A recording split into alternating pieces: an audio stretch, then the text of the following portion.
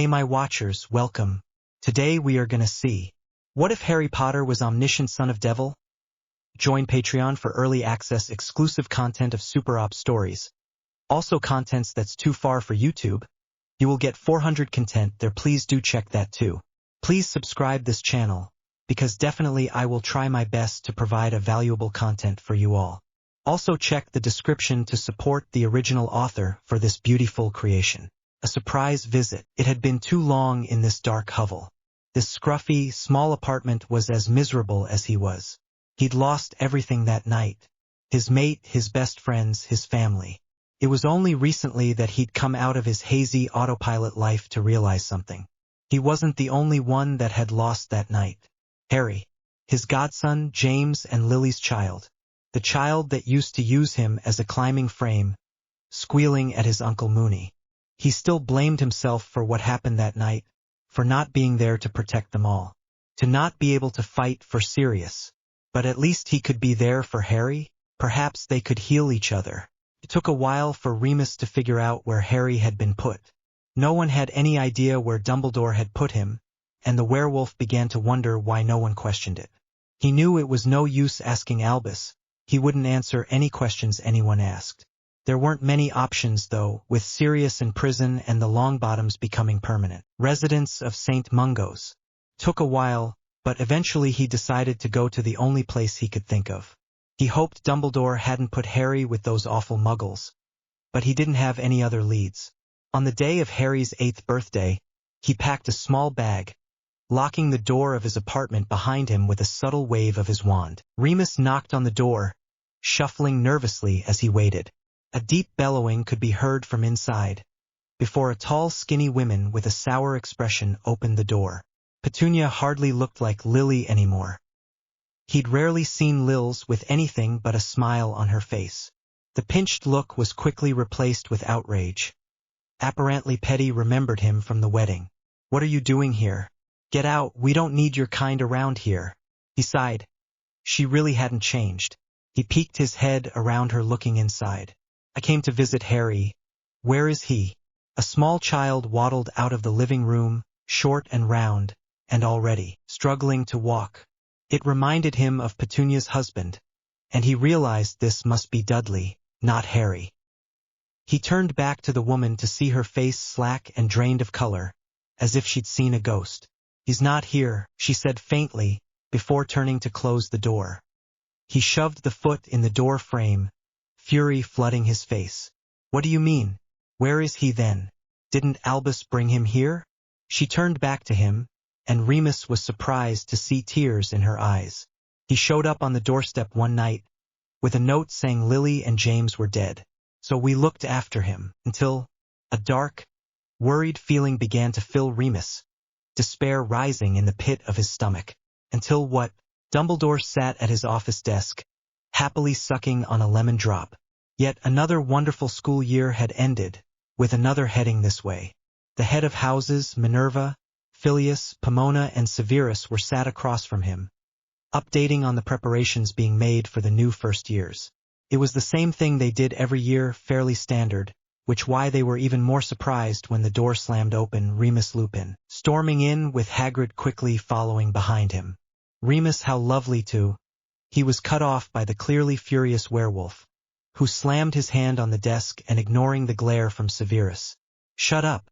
I can't believe you just leave Harry on the doorstep of Muggles, and moreover not check on him." This drew the attention of his co-workers, and Dumbledore looked around worried. "Why, Remus? I've simply no idea what you mean. Harry is perfectly safe with his family. I don't see why there would be any reason to disturb him." At this, Severus jumped up. He hated the wolf with a passion, but he had sworn to protect Potter, as much as it pained him. "You left him with Petunia?" Back when he and Lily had been growing up together, he remembered Petty's cruel disposition towards all things magical. He doubted Potter was quite the spoilt Prince Dumbledore had claimed he was. The hatred he'd slowly built up for the child over the years dissipated immediately. "Lupin, what's going on?" The messy patchwork man turned towards him, and Severus could see just how terrible he looked. He had more scars than usual, and dark bags hung low under his eyes, which held a tint of desperation. Severus somehow doubted it was from the full moon, which had been a full week ago. It was Harry's birthday yesterday. He nodded, sitting down again and waiting for the man to continue. Pomona took his hand and guided him to her seat before handing him the cup of tea Minerva had poured out. Petunia answered the door. Harry wasn't there. The words caught in his neck and he couldn't speak. All those in the room leant forward, waiting for more. She said Harry disappeared 3 years ago. They just woke up one day and he was gone. Apparently the police had searched days and days for the child to no end. There was no evidence anyone had taken the child, and no evidence that Harry had somehow left. The windows and doors had been locked, now way in or out. He had simply disappeared. They'd scoured the surrounding neighborhood, put up posters throughout Surrey. To no avail. A year later Harry was officially reported as missing, presumed dead, and the case was closed. No follow-ups, no word. Minerva despaired. She'd told Albus. She'd told him they were the worst sort for muggles, that Harry wouldn't be truly cared for there. She should have followed her gut, should have insisted. Perhaps it was a burst of accidental magic? He could be anywhere. They all turned to look at the headmaster, waiting to see what he would do. Albus glanced around nervously at the men and women looking at him expectantly. This was awful. Harry was missing, and Albus was starting to suspect Tom's death wasn't as simple as it seemed. They needed Harry now more than ever to fulfill the prophecy. But this did not make Albus look good. Well, yes, of course, this is terrible news indeed. I shall have Hagrid, Severus, and Alastor look for him at once. Apparently that wasn't going to fly, as the youth would say. Albus, this is a missing child. A magical child. We have to alert the Aurors. Of course Minerva had something to say. She never had approved of his decision to leave the boy with his relatives. Claimed they weren't loving. It didn't matter, the injury wards would keep him safe. At least they were supposed to. He knew from looking at the others that this could not be swept under the rug. And he sighed heavily. Very well. Phileas, if you wouldn't mind arranging a meeting with Shacklebolt? We'll sort this immediately. As Remus walked out of the office, a hand at his shoulder stopped him. I'm assuming you're going to look for the boy? It was Severus, to his surprise, and he stopped walking. The two old enemies watching each other in the silent, empty hallway. Of course I am. I have to. Severus nodded, looking at the floor for a second, frowning. As do I. I could of course do so on my own, but I believe working together may be beneficial. Remus was shocked. Why on earth would Snape want to help? Then again, the man had always cared for Lily. Perhaps that extended to Harry? The man was skilled and he was desperate. After thinking it over, he nodded, and the two unlikely allies agreed to meet at the Hogshead tomorrow morning, before departing. A progression of mystery. It didn't take long for the Daily Prophet to get wind of the missing savior, and soon the entire wizarding world was panicking. Dumbledore fails to save our savior, the boy who lived. Lives no more? The mystery of the missing Harry Potter. Needless to say, Albus wasn't thrilled. We need to find him now. Shacklebolt shuffled nervously at the pure anger he felt from the usually gentle man. I'm aware, and we've been looking, but the boy has been missing for 3 years. There are no leads to follow. Dumbledore slammed his hand on the desk before turning to look out the window, where students were filtering in to the school below. Fawkes trilled out a gentle croon to calm the man. We have to keep looking. They didn't understand. Dumbledore was beginning to suspect Tom had found a way to cheat death. And it had something to do with Harry Potter. Shacklebolt and Moody exchanged glances, concerned by Albus' behavior. Yes, we'll continue looking as long as you want. But the Ministry will declare him a closed case in a month. Will be less available after that. Dumbledore didn't reply, and after hesitating the two Aurors left, searching for the child that had saved them all those years ago. They truly hoped he was alive. Remus stood outside number 4 Privet Drive once again, waiting for Severus to join him. They'd agreed to start here, seeing if they could find any indication of the child's presence. Both had been investigating the surrounding area, asking muggles if they knew everything. Each ended the same way. They didn't see much of the child. He rarely left the house. And then one day the police were outside and the kid was gone. After that, they quickly gave up on the neighborhood. They wouldn't find anything there if Harry had never left. Severus nodded at Lupin as he apparated in, walking forward to the house. A quick revealing spell showed that the Dursleys were out, and they walked in. Aloha Mora. It was pristine, everything neatly cleaned, and the scent of bleach clogged in Remus' nose. Anything? He shook his head at the potions master walking into the living room. Photos of the family could be found around the room. None of Harry, though. It was clear he hadn't really been loved here, even if Petunia did feel bad for losing him. Sighing, the werewolf walked out, hoping to catch a scent from a bedroom upstairs, when something caught his attention. Severus's attention was drawn by the frozen figure of the werewolf, staring at a small cupboard under the stairs. "Have you got something?" The sandy-haired wolf nodded silently, and the potions master frowned before quickly opening the door. What he found inside was shocking. A small piece of paper, with the words Harry's room scrawled in childish handwriting. Small broken plastic toys could be found in the shelf above a small mattress and blanket. They kept him in a cupboard. Lupin had gone pale, and Severus was simply enraged. These muggles were monsters. Frowning, he stepped in, picking up a small hairbrush and retrieving several strands of hair, placing it in a vial. Turning back to Remus, he gripped the man's shoulder. "Does the scent lead anywhere?" Blinking away tears, Remus shook away the thoughts of exactly how much he'd let his cub down. Perhaps if he'd visited earlier. It's really faint, old, but it doesn't seem to go anywhere. He was last here. Severus looked disappointed and Remus checked one last time, hoping there would be something. Wait, he ducked down, trying to get into the cupboard. "I can smell sulfur," and his eyes widened as he saw the small brown stain on the mattress. Injury. A month later and the wizarding world was in mourning. The ministry had announced that they were no longer searching for Harry Potter, the media ruminating on what had happened to the boy. There were many theories, from kidnapping to murder to accidental magic. The Quibbler even claimed that he had never existed. But everyone agreed that the boy was gone, never to be seen again. Except for three. Dumbledore threw the orb across the room, watching as it smashed against the wall. One of these things were linked to the injury wards, and they should have alerted him if they'd been disturbed. He'd been searching the room for hours and nothing had worked yet. Where had he? Godric. The Sorting Hat squirmed slightly, before throwing out a small compass at Albus' feet. "Why didn't you mention anything earlier?" asked Albus through gritted teeth. "You didn't ask." Furious, he picked up the compass, watching the small hand spin in every direction. It was active at least. He breathed out a deep sigh of relief.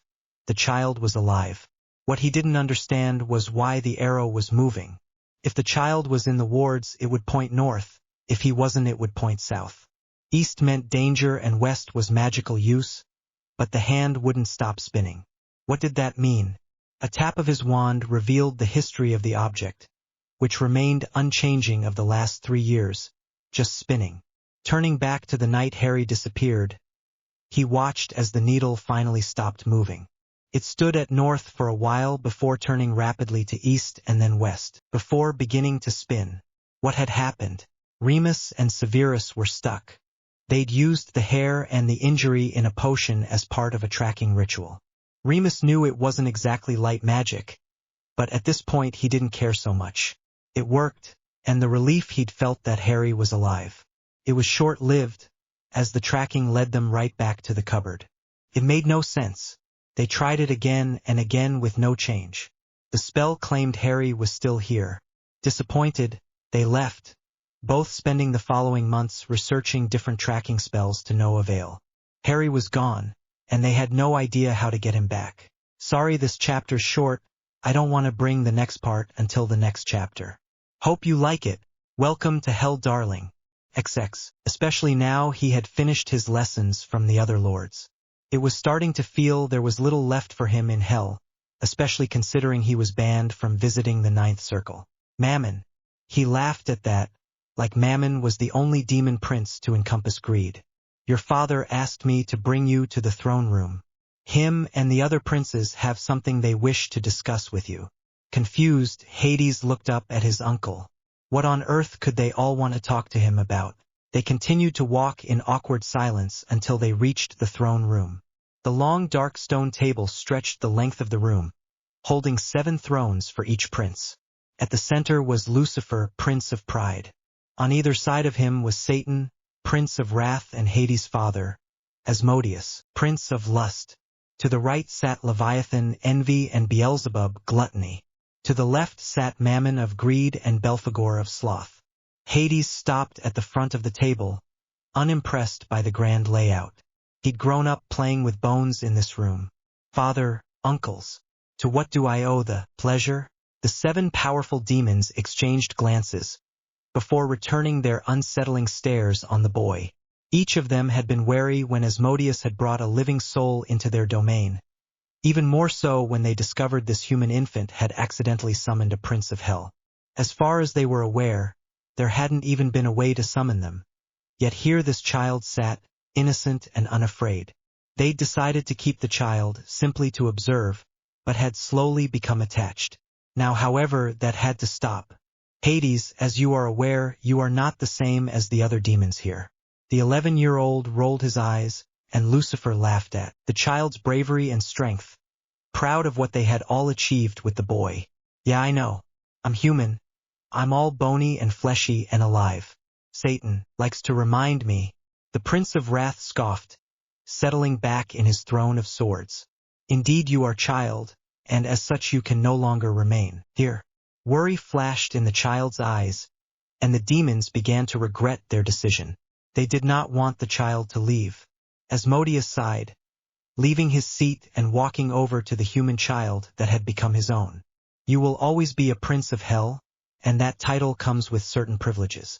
The dark shall bend to your will, and your power is increased 7-fold. Death marked you for us, and that will not change." His clawed hand brushed away Hades' black hair to reveal 2 scars. One, a lightning bolt on his forehead, the mark of death, and another, a pentagram on his temple, the one that had linked them together all those years ago. "But you were born of Earth, and as such your fate lies there. They have a school of magic. You will be returned there, and start your mortal life anew." Hades was mortified. He didn't want to leave. He wanted to stay here with his family. He'd been torturing human souls his whole life. They were weak, he didn't belong with them. He knew, however, that this was not up for debate. "Will I ever see you again?" He desperately hoped he would, unsure how he was supposed to leave the only childhood he'd ever known behind. "I doubt it."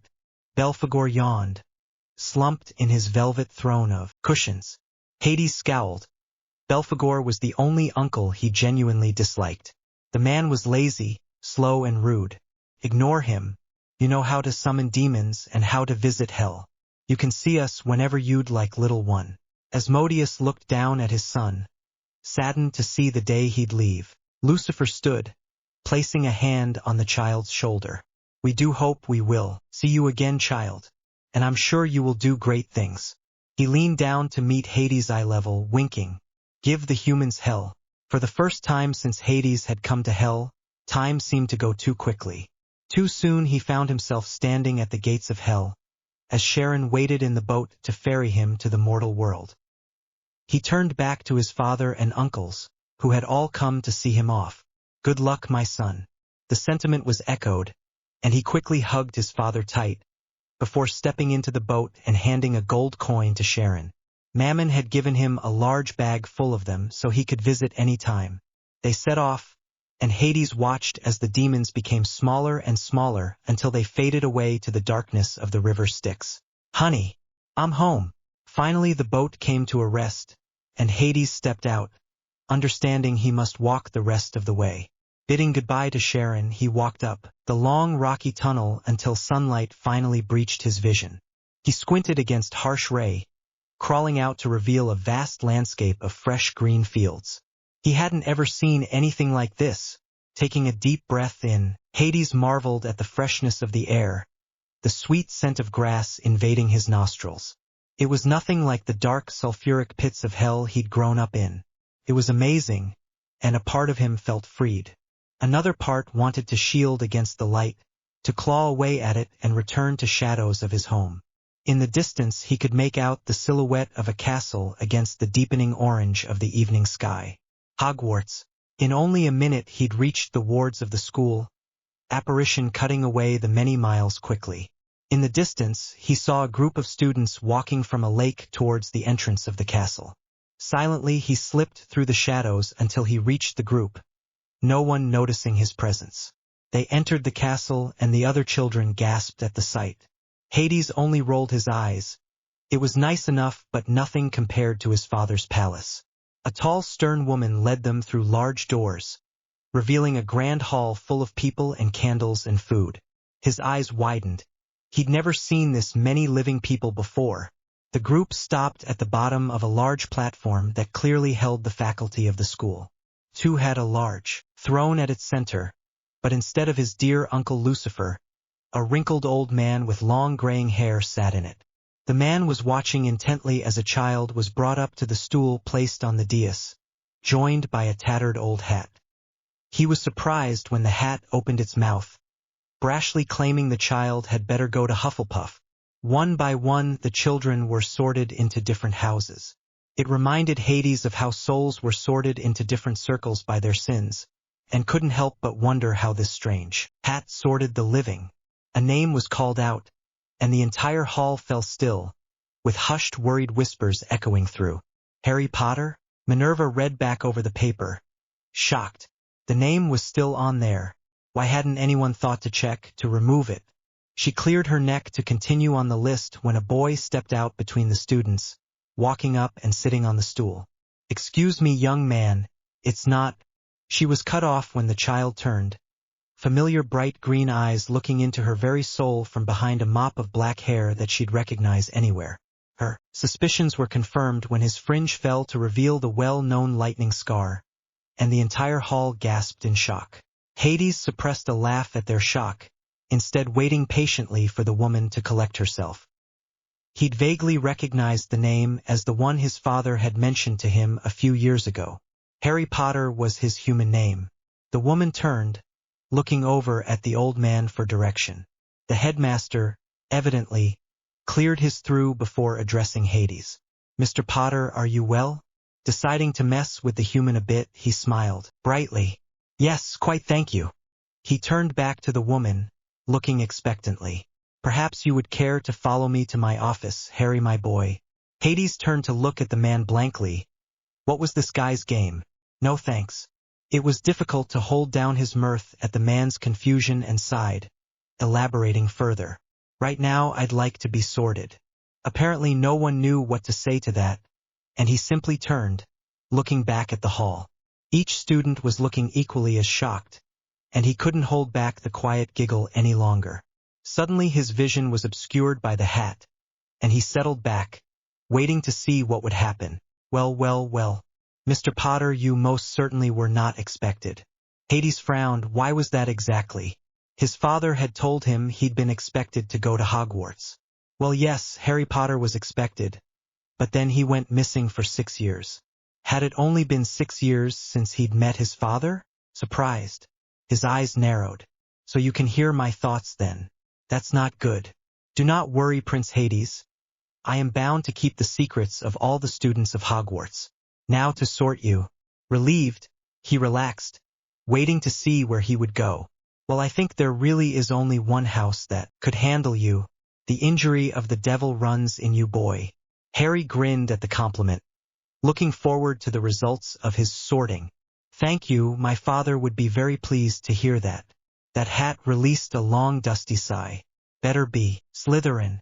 Severus couldn't believe his ears, or his eyes, or anything that was happening. Harry Potter had appeared out of nowhere, acting as if it was perfectly normal, and had then been sorted into Slytherin. How was the child here? He and Remus had been searching for years, and everything it had brought them back to the small cupboard that the infant had disappeared from. He watched as Harry walked over to the Slytherin table, taking a seat next to his godson, who was in the same stunned silence as the rest of the hall. He would get answers. After all, the child was in his house. Harry took a seat by a young blonde boy, who seemed very surprised by his existence. Then again so did the rest of the room. He smiled, watching as the rest of the students were sorted before the feast began. It was eerily quiet, and he looked up to see the entire hall staring at him. Well, this is fun. Suddenly several students turned away with scared expressions, and Hades turned to see several older Slytherins standing behind him. Apologize for the poor reception, Harry Potter, and we would like officially extend the hand of welcome. Hades had a slight decision that this was important somehow, and looked into the older boy's mind. Apparently this was some pureblood custom, and it was the first of a few tests to see if he deserved to be in Slytherin, as he was something called a half-injury. He disliked the thought they considered him impure when he was a prince of hell. He deserved their respect, and he would get it. My many thanks to you, Heir Pusey. It's much appreciated. The students gave a subtle nod before returning to their seats. Draco could not believe it. Harry Potter was in Slytherin. He'd heard so many stories, and he really wanted to be the boy's friend. He cleared his neck, shifting slightly as the dark-haired boy looked over at him. I'm Malfoy. Draco Malfoy. Some wizards are better than others. I'll help you with that. The boy stared at him for a moment, and it was rather unnerving. He shuffled nervously before he finally spoke. Thank you, Draco. He perked up at the use of his first name. He wanted to be friends too. I'm Hadrian. Hadrian Morningstar. You probably know me as Harry Potter though. Hadrian Morningstar, thank you. Hadrian Morningstar? Hades nodded. It was the name his father said he could use, since he refused to be called Harry Potter. Uncle Lucifer had agreed it was too unrefined for a prince of hell. I was adopted. Draco, the small blonde of whom had so enthusiastically introduced himself, nodded as well, as if it made perfect sense. Is that why you went missing? Grinned at that, and he saw several other Slytherins subtly agreeing. Clearly they weren't endeared by the headmaster. My father says the same thing. He works at the ministry and says that the minister is just useless. Father practically does his job for him. Hades smirked at the not-so-subtle brag. Clearly Draco was quite the daddy's boy. Then again, so was Hades. He'd do anything for his father. What does your father do? He held his face perfectly blank as he internally panicked. He mostly handles business exchanges and influence, as in he corrupted muggles and tortured people's souls when they died. Draco looked vaguely impressed, clearly not understanding what that entailed, and Hades smiled. Dumbledore stood, spreading his arms out as if to embrace them all, a genial smile fixed on his face. Welcome to a new year at Hogwarts. Before I begin our banquet, I would like to say a few words. As usual, the Forbidden Forest is forbidden to all students. Hades perked up immediately at the words Forbidden Forest and decided immediately that he would have to explore the area and see what was there. First years are not allowed their own brooms. And finally, the third-floor corridor on the right-hand side is out of bounds to everyone who does not wish to die a very painful death. The hall erupted into whispers, and Hades immediately wanted to go and check out such a dangerous thing, and why it was being kept in a school. The man sat down and the tables cleared of food. Draco stood, waiting for Hadrian to do the same as the Slytherin Perfects led them to their dorms. The boys' dorms are to the right and the girls' dorms to the left. Your names can be found on the door of your rooms. Now, our head of house, Professor Snape, would like to speak to you all.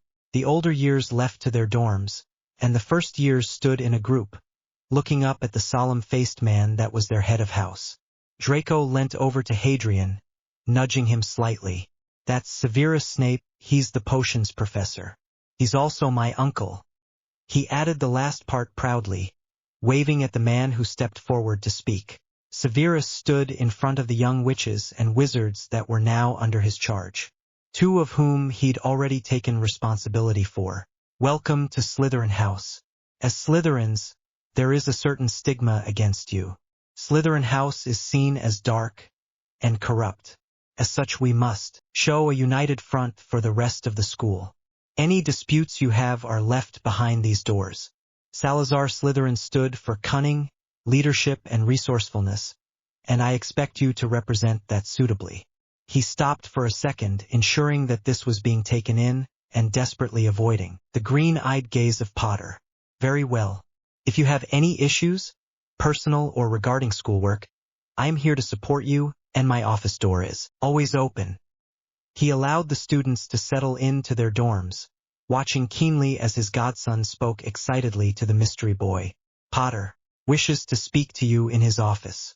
I will escort you. He should have expected that. Really, you can't go missing for 6 years and just show up again. He waved goodbye to Draco and followed the dour man out of the common room. The journey was silent, so he used the opportunity to look around the castle, illuminated by moonbeams and candlelight. It almost reminded him of home, except it was much colder and quieter. Albus stood as the child entered his office, smiling. He simply couldn't believe it when the child had appeared so casually at the sorting. Indeed, he'd been hoping Harry would show up, confirming his suspicions of him still being alive. However, he hadn't truly thought it would happen, especially so casually. The boy didn't have a scratch on him, and had simply sat there to be sorted into Slytherin. Harry, my boy, it is so wonderful to see you here safe at last. We have been so worried about you. The minister chipped in, agreeing. He had brought Shacklebolt and, unfortunately, Lucius Malfoy as soon as he'd sent word that Harry had returned. Indeed, Mr. Potter, it is so wonderful to see you. We began to think the worst. The boy didn't reply to either of them, instead walking around the room, taking in his surroundings. Severus stood in the corner of the room, watching the young child intently. Hadrian Morningstar. It was all he said, and the adults of the room looked at each other, confused. I'm sorry? Hades sighed, ceasing his exploration and walking over to the desk, where he took a seat when gestured. Professor Snape sat next to him, and Hades looked at the many adults who seemed to think they were involved in his life. My name is Hadrian Morningstar. Whilst I appreciate the concern, there is no need for it. I was in no danger. I've been living with my father for the past 6 years, and he sent me here to continue my studies away from home. The humans all looked at each other confused, but Hades' attention was drawn away by a harsh squawking. They were all talking to each other, and he ignored them as he leant forward to stroke the head of the phoenix, who seemed incredibly surprised at Hades' existence. They were very perceptive birds, and his Uncle Mammon had several in his keep, protecting his other various treasures. Lucius stood back at the chaos that was erupting. Eventually they would calm and actually ask the boy what he meant. The child was certainly a mystery. First he disappeared for years, and then arrived, blasé about the whole thing, eventually wearing a green tie. Draco would certainly be pleased if the two became friends. Finally, the others stopped their arguing, and Shacklebolt cleared his neck to gain the attention of the boy. Mr. Morningstar, I do apologize for taking up your time so late, but could I inquire further as to what you mean by your father? The boy nodded, returning to his seat beside Severus. The care of the Muggle relatives I was left with was rather lacking. I'm not sure of the details, I'm afraid, but a bout of accidental magic put me into contact with Lord Morningstar of Transylvania.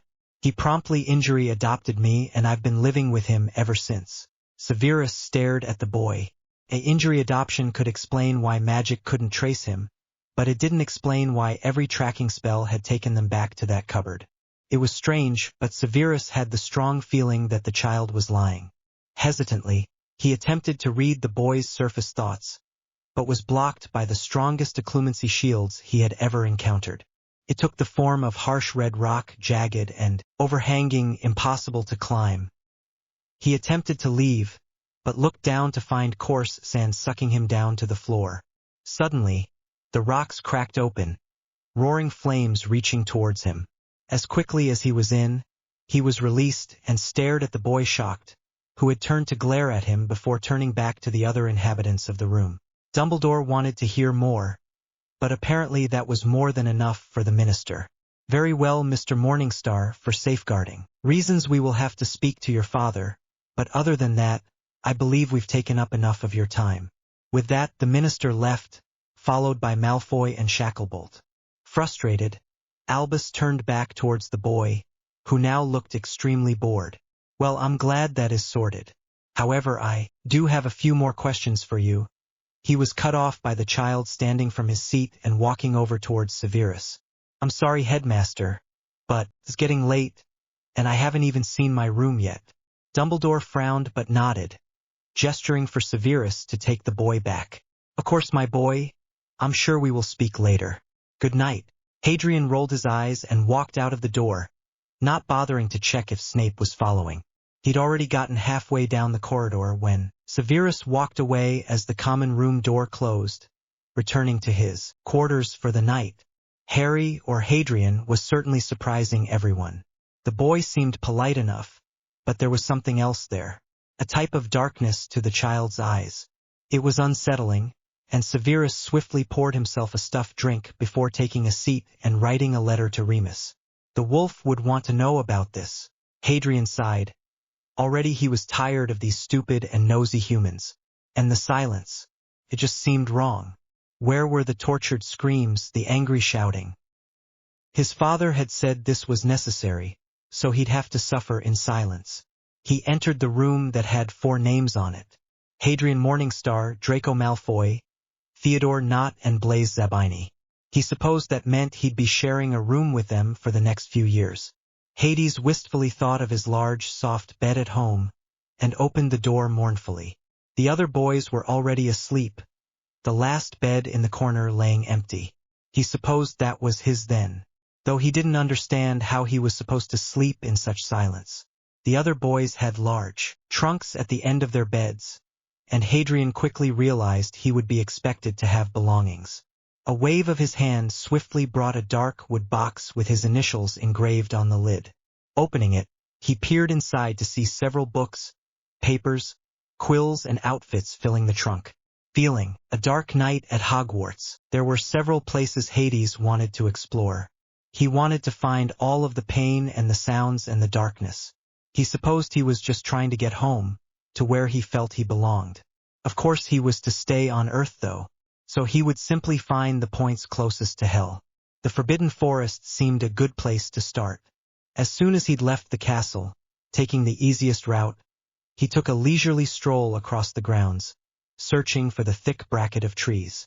He thought he'd caught a glimpse of it on his way up towards the castle, so quickly set off in that direction. He passed through a large pitch, obviously for some kind of sport.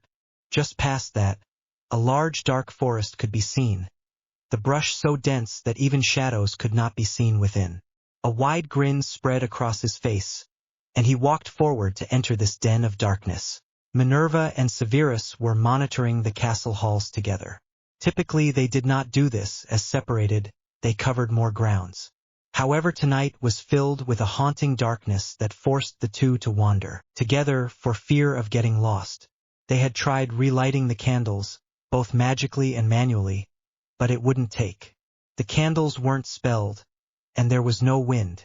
It was simply as if a thick shadow lay over the castle. It was accompanied with a heavy sense of dread, similar to the presence of a Dementor. Severus couldn't shake the feeling he'd felt this before, when he'd looked into the eyes of Harry Potter.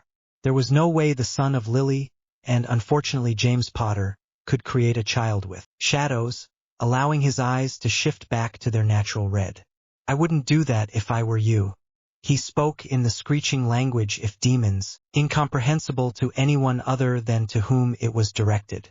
The man jumped, clearly terrified, and spun around to see him as the unicorn ran away. Quirinus spun around at the terrifying sound, both the roaring through the forest and the whispered voice in his head. His body was already starting to deteriorate from holding his master, and everything he tried had failed. Unicorn's injury had incredible healing properties. It was his last resort. Quirrell frowned as the unicorn galloped away, having only left a cut on the creature's shoulder, before quivering in fear at the thing before him. "What are you?" Hades laughed, the sound much lower and crueler in demon tongue. He recognized the dull thing now. It was their stuttering defense against the dark arts teacher. He'd paid little attention to him, but clearly there was something more here. "I am beyond your comprehension, mortal. You clearly do not understand the dangers of your actions." He had his magic spread out, blocking the struggling rays of the moon, until the only source of light was his own glowing eyes. A freezing breeze rushed around the clearing, surrounding Professor Quirrell as a cloak. The man shivered, shuffling backwards, away from the terrifying creature. I need its injury to survive. I'm wasting away. His stutter was even worse and his words barely decipherable. But the creature seemed to understand. Then fade. You suffer for your weakness.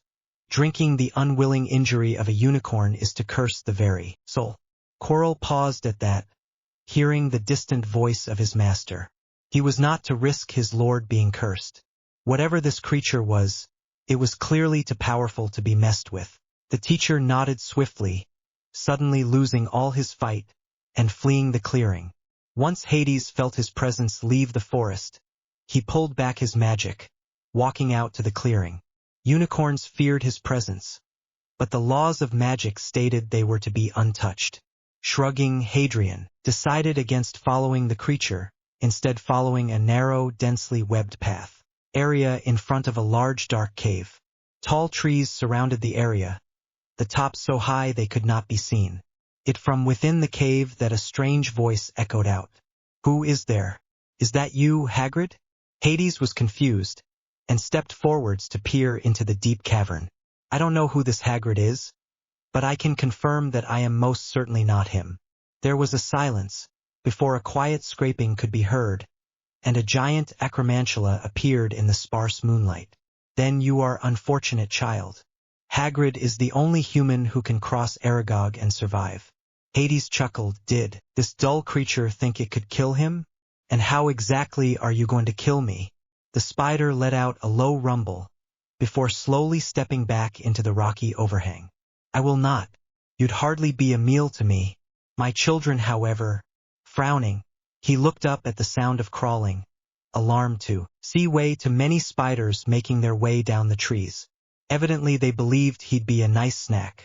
I really wouldn't do that if I were you. The spider ignored him, and the young demon child sighed, cutting his hand swiftly to allow a small drop of blackened injury to fall. Immediately the spider recoiled from its scent, running back to the trees for cover.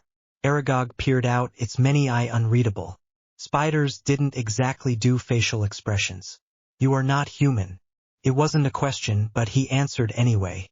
No, not exactly. The spider was silent for a moment, thinking perhaps. Hadrian didn't know he did generally interact with spiders. At least with humans, he'd been around dead ones. You wish to enter these woods? He looked around at the area, the comforting darkness and indistinguishable sounds echoing from within. This place felt more natural for him than that school. Your forests shall remain untouched. I wish only to explore. Again, silence before the creature finally replied. Very well. You will come to no harm from me or mine. He bowed gratefully before exiting the clearing, not wishing to disturb the acromantula nest any longer. Hades wanted to explore the wooded expanse further, but a dim light could be seen across the sky.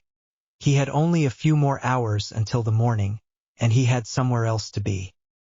He quickly walked back to the castle, smiling sheepishly as he realized his darkness had spread across the entire school. As he went to pull it in, he rethought. Perhaps he should wait until after he'd explored that corridor. Decided he started to walk up the staircases to the third floor, when the stairs began to move. He wasn't going to get anywhere if they did this, and kicked the rail. Stopped, and he smirked, walking up the rest of the way until he reached the corridor. It was rather cold and plain, gray wall interrupted by a simple wooden door. He waved his hand and it opened, revealing a dark room. Within a second, a small ball of hellfire erupted in his palm, illuminating a most welcome surprise. The Cerberus within immediately jumped to attention, growling at him. Hey boy, hey, it's okay, it's just me. The three-headed dog clearly didn't trust easily, so he gently closed the door and began humming a simple tune. Uncles, is this? Who the hell made a giant chessboard in a school? Was this supposed to be some kind of defense? This thought was confirmed as he stepped closer to the board. A knight withdrawing his sword and lunging at Hades. Okay, so someone thought a real-life dangerous chessboard would be a good defense against intruders? Rolling his eyes, he waved his hand, the pieces flying to the left and smashing to pieces against the dust. Amateurs. This was even lazier than Belphegor. The next room was much simpler, a wooden table holding several small potion bottles. Clearly they were somehow supposed to protect you from the deadly wall of fire that blacked the next room. Well, deadly if you hadn't grown up in literal hell. He laughed as he walked through the flames, pausing for a second in the comforting warmth. It was so very cold in the castle. Sighing, he came to the other side, revealing nothing but a mirror. He stared at it, confused. Around the sides was a strange engraving of the words, Eris stra eru oit ube kafru oit onwosi. He didn't understand the words, and immediately knew it was no foreign language, as he knew them all. No, it must be some kind of riddle. It took him a second before he realized that words appeared backwards when reflected, and promptly read the message backwards. I show not your face but your heart's desire. He stared into the mirror, seeing only his reflection. Perhaps he didn't desire or anything, or perhaps he didn't have a heart. For some reason the thought made him chuckle, and he finally looked away. He wasn't sure how long he'd been down here, but it would surely be morning soon. Well, either the mirror was the object they had so badly defended, or it was to do with the mirror. Either way, he quickly shrunk the thing down to the size of a pocket watch before leaving, repairing everything on the way out. He could figure it out later. It's not like it was important or anything. Disaster. Hagrid ran through the empty corridors of the castle in a panic, desperately trying to reach the headmaster's office. As he reached the staircase, he squeezed through, pounding against the door, until Albus opened it. Hagrid, what on earth is going on? He opened his mouth, taking a deep breath and leaning against the wall. Fluffy. Corridor gone. He could hardly get his words out before the headmaster rushed downstairs, a Patronus flung over his shoulder. Only a few minutes later, several staff of Hogwarts School were noticeably absent from breakfast that morning, instead clustered in a small corridor. Albus, what is going on? The old man quickly explained how Hagrid had discovered that Fluffy was no longer on the trapdoor, but rather fast asleep in the corner of the room. He'd hastened to tell Dumbledore, who had promptly gone to check the stone. The mirror is gone. A range of shocked reactions met the declaration, and he gestured them to follow him through. The traps. There was no damage to any of the traps, the plant intact and the keys, wings unbent. Whoever had come through had no need to solve the puzzles at all. The chessboard was equally untouched, the pieces responding as normal. What's strange is the next room. Of course, the intruder could have broken and then repaired the chessboard and the door, but the only way they could pass the fire is with the potion. And it hasn't been touched. Severus stepped forward, looking at each bottle. These are all my original potions. None have been taken. Unless they happen to have their own. The group exchanged wary looks. It was unlikely, but better than the alternative. That someone had been powerful enough to simply stroll through the flames and take the mirror. It would appear they were unable to retrieve the stone from the mirror, so we at least have some time. We need to find the mirror and whoever has taken it. They agreed, swiftly exiting the chamber.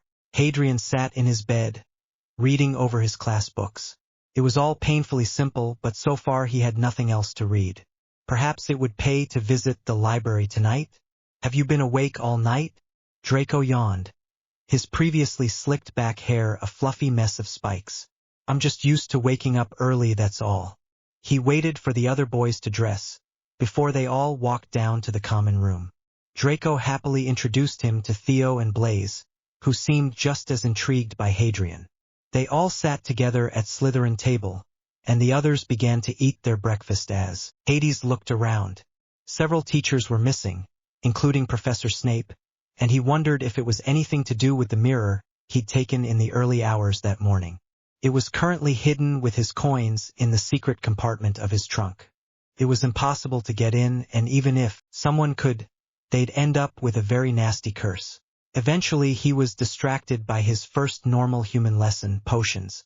He entered the cold dungeon classrooms, joining his friends at the front of the class, on the Slytherin side of the room.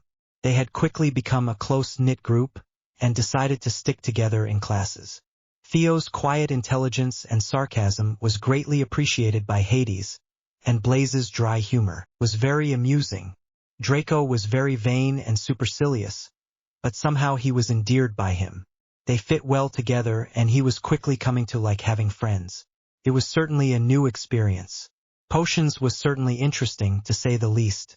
Snape had paused at his name, clearly trying very hard to not say Harry Potter, and throwing the class into confusion at the name Hadrian Morningstar, specifically the Gryffindors.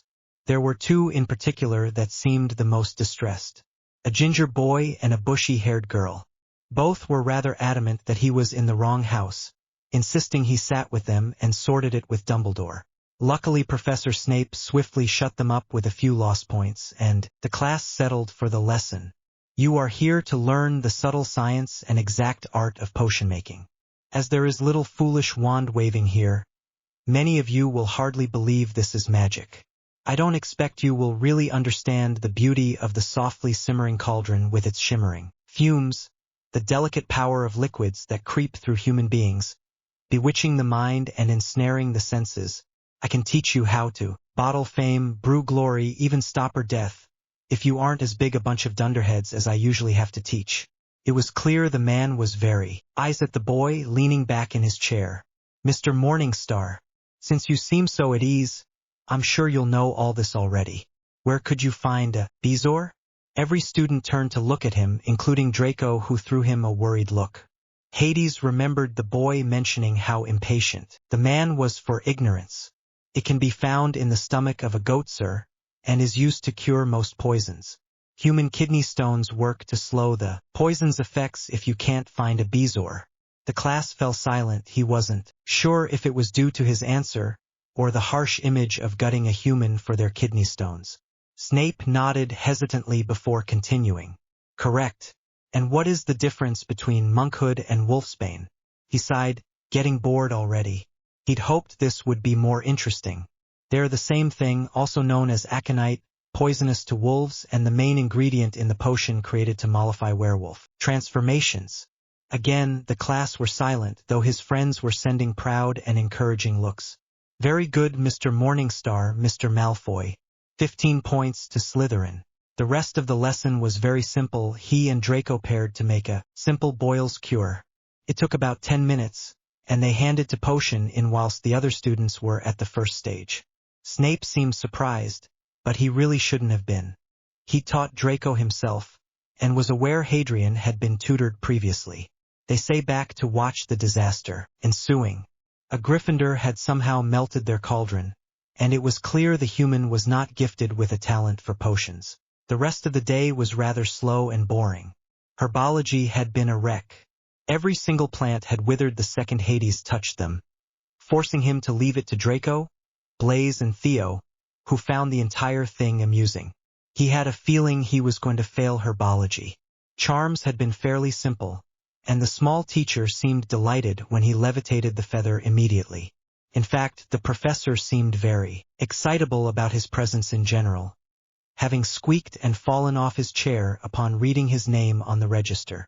They finished the day with Transfiguration, which he actually quite liked. The teacher, Professor McGonagall, was very strict and no-nonsense, very focused on students following her instructions. He had a feeling his Uncle Lucifer would like her. Apparently she had a soft spot for him as well. He received 10 points for turning a match into a beautifully engraved needle, and he felt as though when she spoke to him, she was seeing someone else. Dinner was the most interesting part of the day, honestly. He received a note asking him to visit the headmaster's office after dinner, and he frowned. Before bidding goodbye to his housemates, he arrived at the office, remembering the way from last night, saying the ridiculous password, Tutti Frutti. Walking up the steps, he made sure that his aura was pulled in before opening the office door. Mr. Potter, I hope you've had a wonderful first day. He frowned at the man's address, taking a seat at the desk. The two men from yesterday were here again, the blonde man and the minister, twice in as many days headmaster. I hope this is important.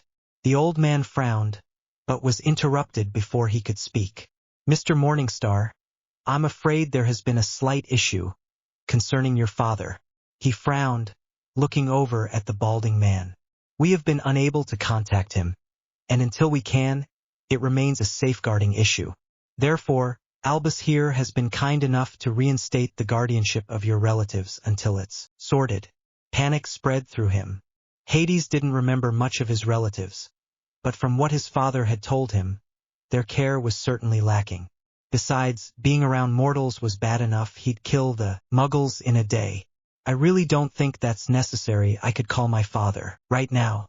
Dumbledore didn't seem happy about that, but was again interrupted, this time by the blonde man.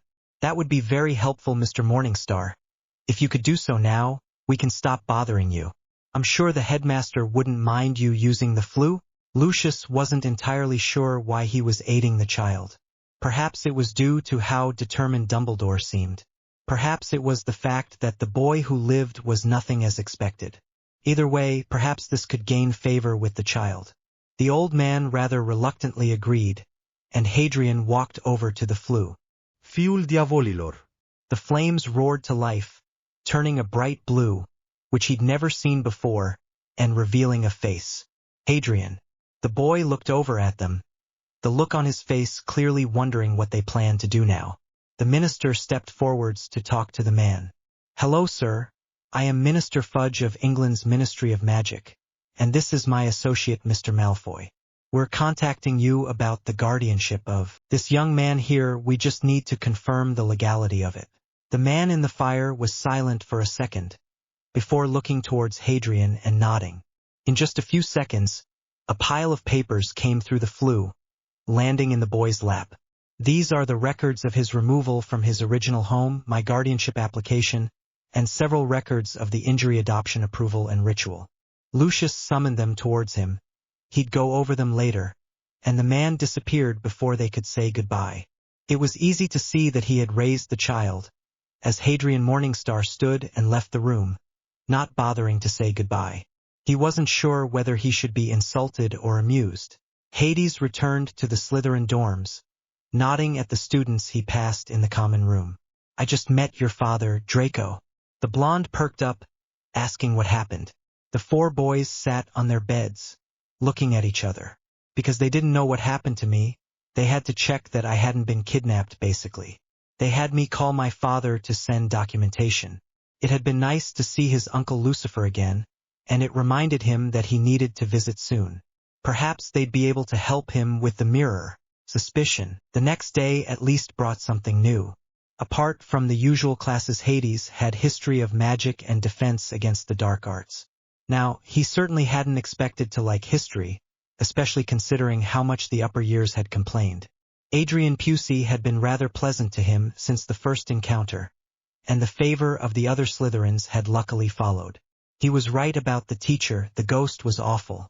It was impossible to listen to his droning, and he'd noticed most of the Gryffindors had fallen asleep. However, his eyes were drawn to the textbook. Not because he was fascinated by random dates of Goblin Ward and such. No, there were two things that had enthralled him so. The first was the more ancient history, the development of magic. Not only was it fascinating, but its injured history was rather entertaining to the demon child. The second was the fact that a lot of it was wrong. Now, Hades was no expert, but he'd heard many stories over the years of his father and uncles corrupting the humans. They had been at many famous events, and had told different stories to ones he was reading. So correcting parts and filling the gaps was something to amuse him whilst everyone else took a nap. He would completely fail because he put the correct facts rather than the ones in the book. Now Dada was certainly very different. Defense against the dark arts. The name made him chuckle, eliciting a few confused looks from Hufflepuffs in class. Draco seemed to agree though, rolling his eyes at Hadrian when no one was looking. They entered the classroom to a stuttering welcome from Professor Quirrell, before joining Theo, Blaise and Draco at the back of the class. Become so easy in fact that if he stopped concentrating it just kinda happened. He glanced around, reading the shapes and colors around him. Most of the Hufflepuffs had little to no darkness near them, clearly stoic light wizards. The Slytherins, however, had circles of black around their head, showing they were repeatedly exposed to dark influences. Some even had darker spots around their heart, showing a practice and acceptance of dark magic. It was a stark contrast to his own aura. He was surrounded by black, no longer visible beneath the shadows of his darkness. The true surprise, however, was the professor. For a defense against the dark arts teacher, he'd expect some slight darkness around his head, from experience with dark creatures. But this was so much more than that. Not only did the teacher have a darkened heart, he had too. He was sharing the body with another dark presence. Perhaps this had something to do with the teacher's presence in the forest. He snapped out of his daydream-like state, but too late. Quirrell dismissed the class, he friends gathering their things together, and he reluctantly followed suit. There was no way that had been 2 hours. He sighed, following his friends out of the classroom, still watching the strange professor. I hope the other lessons will be more interesting than that. The others nodded, clearly underwhelmed by the lesson. I know. I could barely hear what he was saying, and I'm sure most of what I did hear wasn't right. Draco agreed with Theo, chipping in with his own thoughts. I'm glad I already knew the basics before we came here. Blaze nodded, hands shoved into his back pockets and bag swinging. I feel like we'll be needing the textbooks. Disheartened, the 4 boys walked into the Great Hall for lunch, hoping the rest of the week would be more interesting. Dumbledore sat in his office, fingers steepled together as he stared across his office in contemplation. Fawkes made no noise, being uncharacteristically quiet recently. Albus had a problem. It had been a problem for a while, but seemed to be so increasingly each year. Harry Potter, or rather Hadrian Morningstar. The child could not be controlled. None of this helped him think of how to bring Potter back under his control. If he tried to remove the boy from his house, every Slytherin would be up in arms, and the media would certainly get a kick out of that. The issue was all the boy's cards were hidden. Perhaps if he learnt more about the child's estranged guardian, he could regain control of the situation. But how could he do that? Even the ministry hadn't been able to reach the man. He sat up, eyes widening as a plan started to form, and he cheerfully sucked on a lemon sherbet as he celebrated. This would be perfect. Hadrian scowled, flicking at the miniature devil's snare that had been reaching to him ever since he'd entered the classroom. He hated herbology. Professor Sprout had been when he'd picked up the pot without it dying straight away.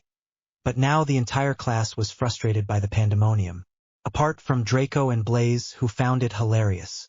The tiny plant had held a tight grip on him for a while, and when he finally got it off, it had started hurling things in all directions in some kind of tantrum. Even the professor couldn't take it anymore, and she hurried over to remove the pot. Mr. Morningstar, you're dismissed from today's lesson. You can go to the library and focus on theory work. He sighed, and thanked her before rushing back to the castle and away from the harassing plant. He'd been meaning to go to the library at some point anyway. He entered the library, mouth dropping open at the vast array of books in the large room. It wasn't anywhere near as big as Mammon's library, but it was still big to be sure. He hurried in after receiving a glare from Madame Pants, and began searching for a book to read that night. For the 2 nights he'd been here, he hadn't gotten a wink of sleep, and had promptly given up.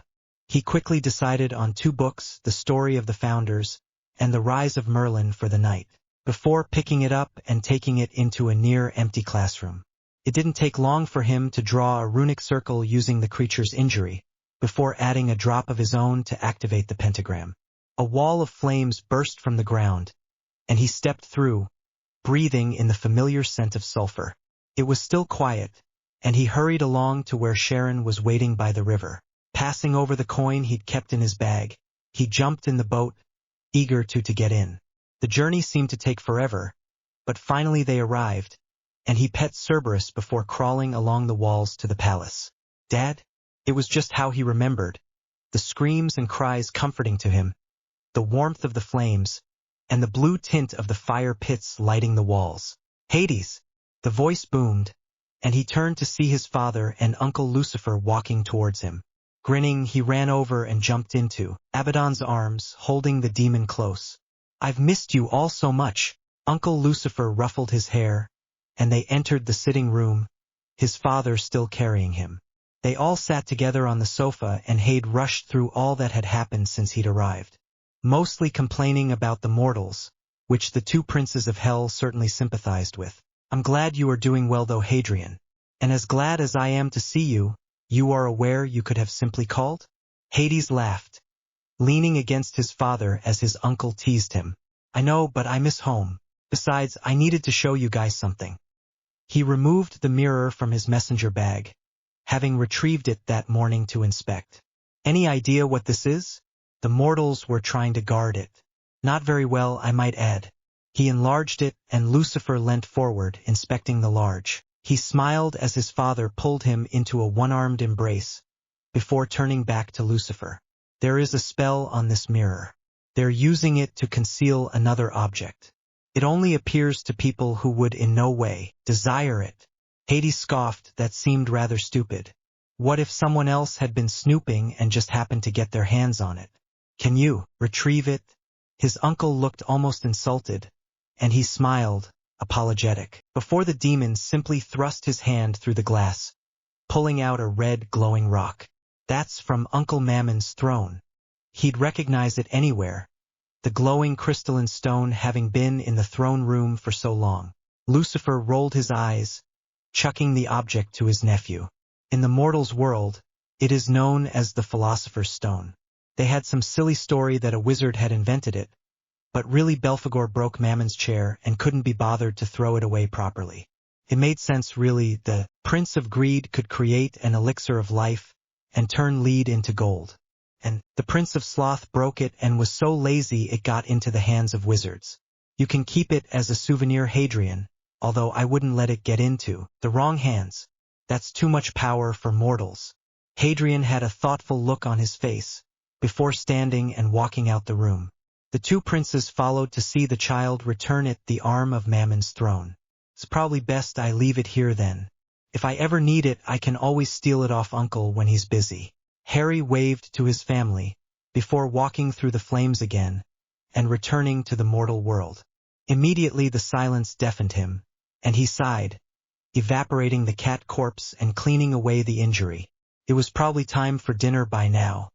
He walked to the great hall, waving to his friends where they sat at the Slytherin table. Hey guys, sorry I'm late. Lost track of time. They were quick to fill him in on how boring herbology had been once the plants started behaving, and he shoved them playfully before tucking into his dinner. He never noticed the eyes that watched him for the rest of the evening.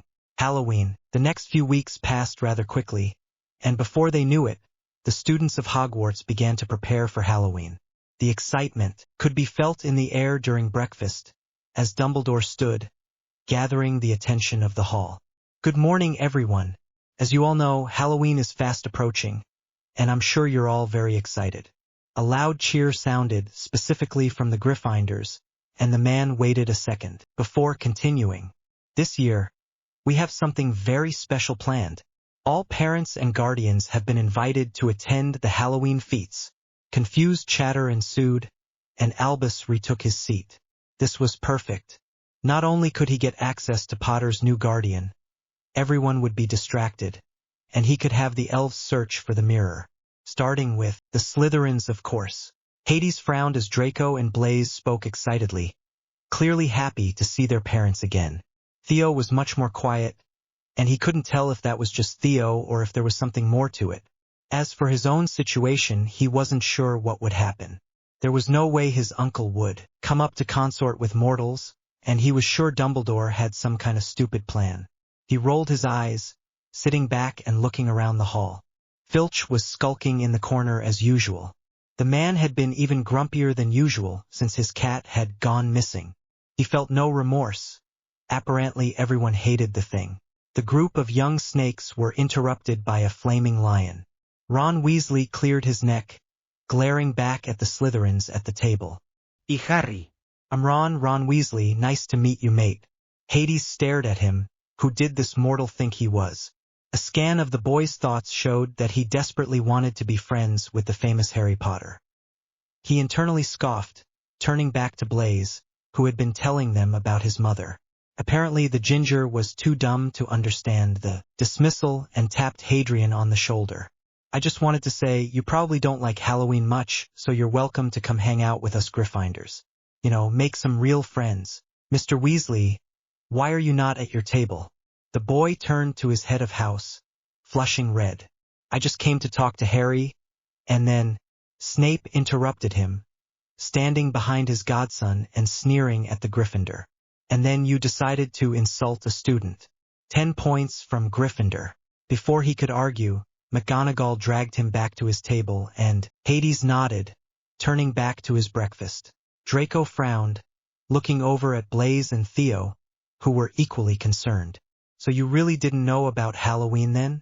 Hades sighed, pushing away his food and turning towards them. I was adopted when I was 5 years old. Neither myself nor my father knew that Harry Potter had been anyone special, so I had no reason to look into it. My relatives told me my parents had died in a car crash, and I believed that.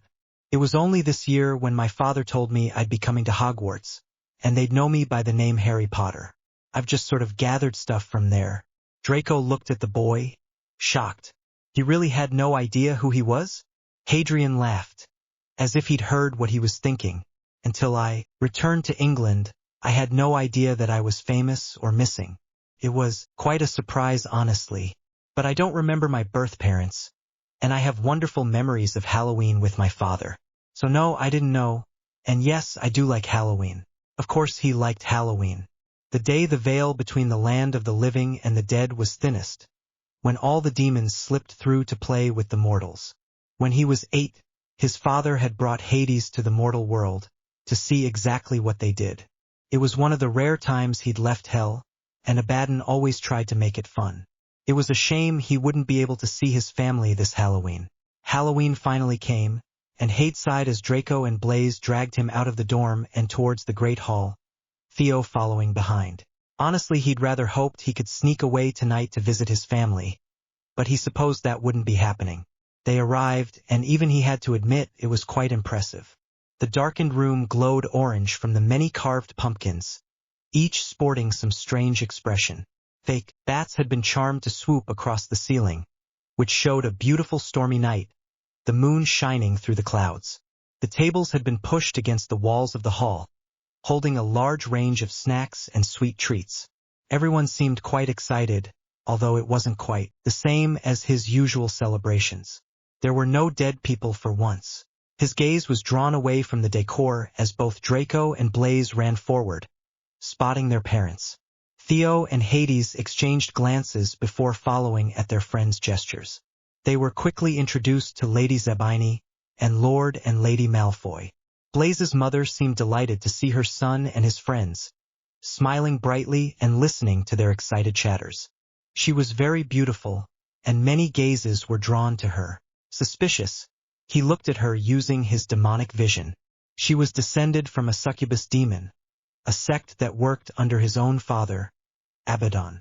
Lady Zabini seemed especially pleased with him, and he wasn't sure if her magic was drawn to his, or if she simply liked him. Either way, he smiled politely and thanked the woman when said he could visit Blaise in Italy at any time. Draco's parents were much more subtle in their emotions. Lady Malfoy was also quite beautiful, but she held a cold expression in her face. Draco received a brief hug from her, and the group exchanged brief conversation. He could tell both the Malfoys were very pleased to see that Draco had become friends with Harry Potter. Lucius Malfoy offered his hand to Hades. "Pleasure to see you again, Herr Morningstar." He'd picked up the pure-blood etiquette by now, and shook his hand before responding in kind. "And you, Lord Malfoy, I'd like to thank you for our aid during our last meeting." The blonde accepted his gratitude, and the group turned to survey the rest of the hall. The other parents weren't as restricted in their affections, desperately clinging to their children. Hadrian grimaced, before stifling a laugh when he noticed Theo doing the same. He'd noticed that the boy hadn't been as excited for the event, and walked over to sit next to him. He opened his mouth to ask, but Theodore beat him to it, clearly anticipating what he would say. "No, my parents won't be here." Hadrian simply nodded. He understood that humans could get very emotional, and decided not to push and accidentally upset his friend.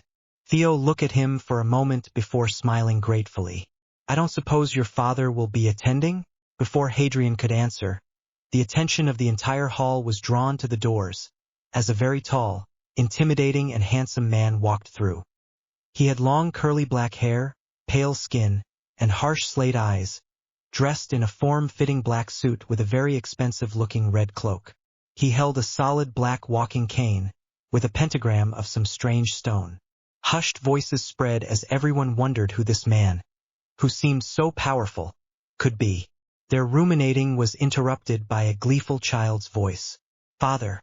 Abaddon grinned as his son ran towards him, lifting him high in the air and holding him close. He'd always been very affectionate with his son, and had certainly missed him.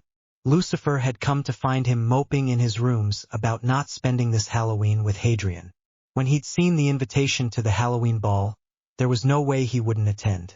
Of course he'd taken Lucifer's form. The mortals would most likely be more intimidated by a red-skinned, many-horned demon. "Hello, my son. Are you really so surprised to see me?" In all truth, Hades was very surprised. One, because he hadn't thought any prince of hell would want to spend their time around mortals. And two, because he hadn't expected his father to arrive disguised as Uncle Lucifer. Of course he could tell. They just felt different. He grinned, taking his father by the hand and leading him to the corner of the room. "Father, these are my friends, Blaise, Theo and Draco. These are their parents, Lord and Lady Malfoy, and Lady Zabini." He politely greeted the blonde humans. "Father." Blaise and Hadrian complained at the same time, and the adults separated, grinning at their children. "She's far too young for you, father," Hadrian whispered to his father, joking, and the demon grinned, before whispering back, "She's part succubus, she could be much older than she looks." Shrugging, Hadrian turned back to Theodore, not wanting the boy to feel left out, whilst the adults spoke to each other. Albus suppressed a smile as Lord Morningstar arrived, sending the order for all the house elves to begin searching the students' and staff's belongings. He stepped down from the staff table, greeting each of the parents, most being his old students, before finally reaching Harry. "Good evening, Harry, my boy. I am so glad you are enjoying yourself. I can imagine this must be a very difficult night for you." He received no response from the group other than a raised brow from Lucius Malfoy.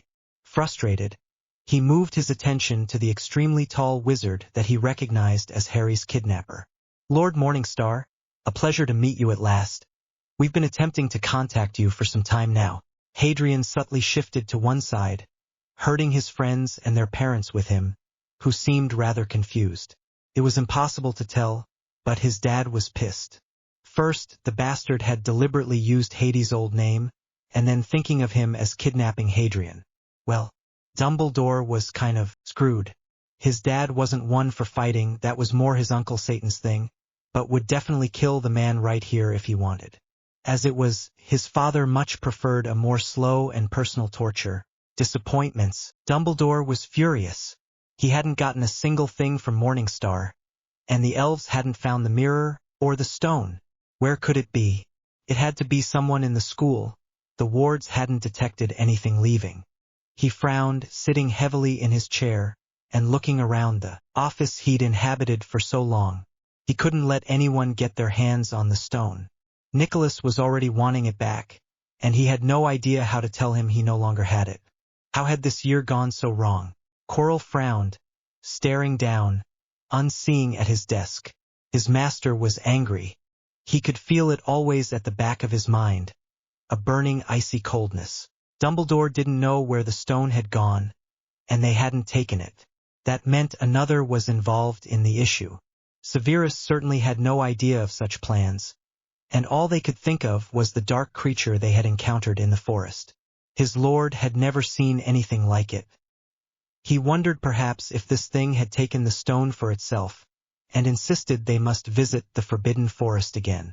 Quirrell was terrified. He didn't want to see this horrific creature again. He only wished they could have stuck to the original plan. Luring a troll into the castle seemed so much easier now. But his master insisted, and the next night, he would be forced to trek through that hellscape to find the creature again. For now, though, he had to stay hidden. Dumbledore was extremely paranoid recently. More so than usual, almost as if something else was going on.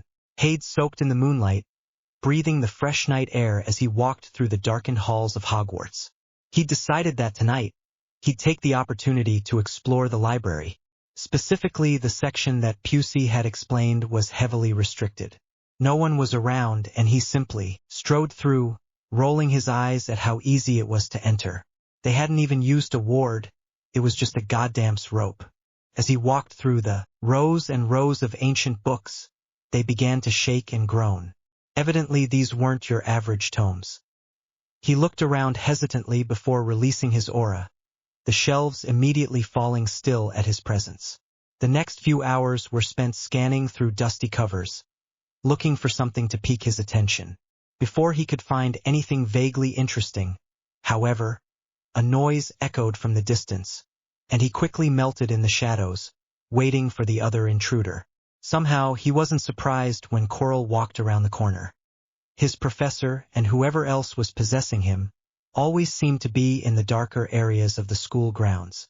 Much like Hadrian himself, deciding now was as good a time as any to investigate, he morphed into his demonic form, walking towards the wizard. Quirinus trembled as he walked through the forbidden section of the library, the evening air sending a chill through his bones. His lord was directing him to a specific section, apparently believing it would have some sort of solution to regain his lord's body. He frowned as the books gave no reaction, the deathly silence so much worse than the moans and groans. Shadows cloaked the area, and he could barely see past the weak illumination of his lumos. After a few minutes, he found the shelf his lord had directed him to, and reached up to grab one of the books. "You mortal are just full of bad ideas," he gasped, spinning around to find the source of the voice. Immediately, Voldemort took over, recognizing it as the creature from the forest. "Greetings, Ancient One. Alternative way to have my own body again. I don't suppose you'd have anything to do with the disappearance of the Philosopher's Stone?" Hade was quiet for a moment, before deciding to be somewhat honest. "I do. Such artifacts do not belong in the hands of mortals." Once again, Voldemort wondered exactly what this creature was. "That may be, but I am not mortal, and I require the stone. Is there any way I could convince you to part with it?" The being was quiet, and he was forced to take a seat, Coral's body quickly becoming tired. He had to leave soon. The wizard would not be able to survive much longer. "The artifact has been returned to its origins, and there it will stay." Voldemort frowned, squinting into the darkness, hoping to see the strange thing in the shadows. "You are in contact with Nicholas Flamel?" A strange growling echoed through the library, and he had the strangest feeling that it was laughing. "Nicholas Flamel did not create the stone. It shall not fall to human hands again." Frustrated, Voldemort fell back, looking up at the ceiling. This thing was not going to give him the stone. "Is there nothing I can do to convince you?" Hadrian waited for a moment.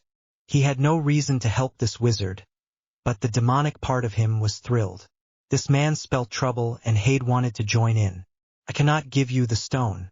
However, there is perhaps another way to recover your body." This certainly took the man's interest, and Hade crawled along the walls to see the wizard's face.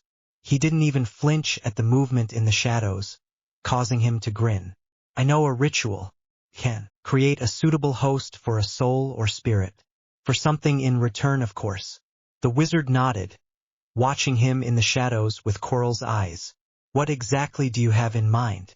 Voldemort had no idea what this thing could want, what could suffice for such information. He didn't even know what it was. He could barely make out its shape, seeming to have a long body, and large white teeth glinted in the darkness. "Your name. I require your real name." He hesitated. Surely there was no harm in a name. But he had no idea what this creature was, and it was suspicious it specified his real name. "How do I know I can trust you to keep your bargain?" Silence, for a moment, and suddenly the library was flooded with light, flames from the candles roaring, revealing a horrifying sight before him. The monstrous being leapt at him as darkness resumed, and he struggled to withhold a cry at the sudden burning pain on his palm. Silence resumed, and he sucked in a breath. "A deal is a deal."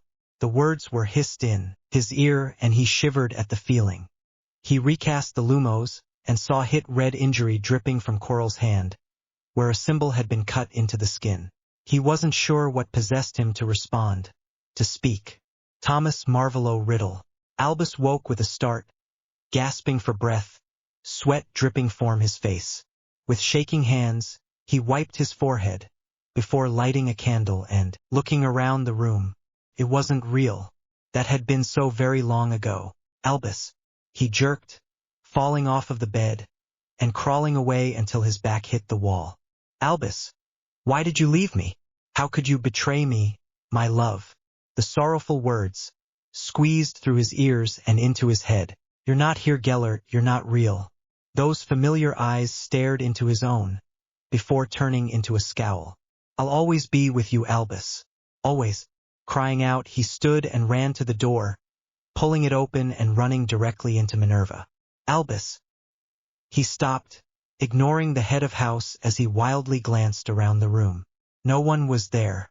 You had another nightmare? Numb, he nodded slightly, not taking his eyes off the room. That's the 6th time this week you should get dreamless sleep from. Poppy, you can't carry on like this. Dumbledore simply nodded. He wasn't sure how to tell Minerva that he'd already taken the potion. He seemed to simply be cursed with these memories. Climbing up the stairs, he opened the door to his dorm and, checking that his roommates were asleep, creeped over to his trunk. It was always handy to keep a coin on him, and he hadn't replaced the one from his last visit. Opening the hatch, he frowned at the sight before him. A bloodshot, rotting house elf was lying in his luggage. It made no sense that the thing had tried to get into the secret compartment. Not without orders. Angry, the corpse burst into a ball of flames, disintegrating before his eyes. After ensuring everything was in its place, he closed the trunk and sat on his bed. So, Dumbledore had been snooping. Perhaps his father's punishment was not enough. Knowledge is power. Before it could even move, and was engulfed in a whirlpool of bright blue flame, warming him. It didn't take long to reach the gates of home, and he waved goodbye to Sharon before climbing through. Father, uncles? The hall was surprisingly empty, and he frowned, looking around the palace for his family. They were simply nowhere to be found, and just as he was starting to search their chambers, his Uncle Mammon passed through the doors. Hadrian? He turned grinning as he hopped over to the Demon Prince. Hello, Uncle Mammon. It's good to see you. They hugged briefly before walking over to the crypt. The crypt didn't hold the bodies of dead people as many might imagine. It held the souls of the most evil creatures to ever exist, buried forever in the darkness of stone. It was also the entrance to where Mammon kept all his treasures, so it was no surprise they came here. Where is everyone? They each perched on a tomb each, ignoring the muffled shouts echoing around the room. A lot of people have been dying recently. Everyone's been busy. I've only just gotten a break myself, child. Hade tried to think what could have happened to kill so many people simultaneously, but nothing came to mind. Perhaps he should start reading the newspaper all the older years had. Now, what brings you back home? He smiled at his uncle, a wicked grin, and he knew Mammon would be proud of this one. After all, it was the Demon Prince of Greed that had taught him how to contract a soul to his possession. He opened his palm, summoning the unique symbol that now linked him with the wizard. I need to know who Tom Riddle is. A few hours later, he left Hell in a daze. He'd assumed they'd need to go to the Library of Souls, much grander sounding than it actually was. It was only one book in a big room. However, his uncle immediately knew who Riddle was. Apparently, he hadn't taken the soul of just another dark wizard. He now owned the Dark Lord. Excitement thrummed through him as he returned to Hogwarts, walking from the classroom to Slytherin common room. He needed to have another talk with Quirrell. This could definitely cause some trouble. Unfortunately, as he hadn't seen his father, he couldn't consult the Demon of Wrath on how to make Dumbledore pay. He'd just have to get creative on his own. He walked into the common room and made his way up to the dorms, where Theo sat on his bed with a book. Blaise and Draco went outside to play Quidditch. Hadrian nodded, walking over to his own bed and picking up a book and quill. He didn't really have anything to do, the work easy and assignments done. He didn't look up, but he could feel the boy's eyes on him. Is there something you want to say, Theo? He didn't receive a reply, and went back to plotting, having assumed the Slytherin would stop. Except he didn't. He finally looked up, and as he met the boy's blue eyes, he finally started talking. So what actually happened was clever. You don't have to worry. I can keep a secret. Now it was Hadrian's turn to watch the boy, staring at those calm, patient eyes. Theo was all right for a mortal. Let's make a deal. I'll tell you my secret if you tell me yours. Theo immediately turned away, picking up his book to resume reading. Apparently that wasn't going to work. Which was fine after all. Hadrian wasn't going to tell the whole truth. Most wizards didn't even believe in demons anyway. My mother died giving birth to me. He was taken surprise by the sudden admission. Theo wasn't looking at him now, still staring deeply at his book. My father, he was a Death Eater. He was arrested at the end of the war, and I live with my grandfather now. He's very old and doesn't really leave our home. It made sense now why Theo hadn't wanted to talk about it. He'd already seen how badly people judged the Slytherins. The son of a Death Eater wouldn't be anyone's best friend. I'm quite good at keeping my mouth shut too. Theo nodded gratefully, waiting for a moment before getting up and walking over to Hades. So, your turn. Hadrian huffed before placing his book on the side and sitting up next to Theo. I really don't remember my Muggle family. I only know what my father told me. Apparently they weren't very good people. They hated magic and by extension me. He stopped, but obviously that wasn't enough for Theo, who frowned, poking his side. He snorted before continuing. Apparently I summoned my father. I don't know how, but one minute he was at home, the next minute he was with me. So he took me with him. Theo definitely looked surprised at that, as muted as it was. So, not as legal as everyone thinks, huh? He didn't miss a trick, and Hade nodded. He'd leave out the whole demon thing for now. Probably for the best, really. Right? Well, that's complicated. Hadrian laughed. He truly had no idea. They fell into a comfortable silence, and the boys returned to their books, sitting on Hades' bed, where they stayed until Draco and Blaze returned. The small group of friends spent the rest of the day exploring the school grounds and chatting happily. He'd gotten to know them all much better. Draco clearly adored his father, and wanted to be just like him, whereas Blaze had no desire to think about the future. The only thing he was looking forward to was the Hogsmeade trips in third year. He felt closest to Theo of all of them, and Hade was surprised that he genuinely liked the other children. They were okay for mortals. They walked to dinner together, and now he was paying attention. He began to notice the looks shot towards his friends. Gryffindor were especially hateful, glaring at the group, but even the other houses would turn away. It annoyed him, and he began to glare back. Hadrian smirked and smiled over at the boys, who looked amused at his actions. You didn't have to do that, you know. They aren't glaring at you, you're Harry Potter. He huffed, sitting down next to them at the table once they'd entered the Great Hall. It's Hadrian Morningstar, and, yes I do. This is my house and you're my friends. They seemed rather touched by that, and he noticed approval in the eyes of some of the older years. Apparently Snape had been right. Slytherin needed to stick together. Night fell and they returned to their dorms, where he lay in his bed until the others were deeply asleep. He had a meeting with Quirrell, or rather with Voldemort.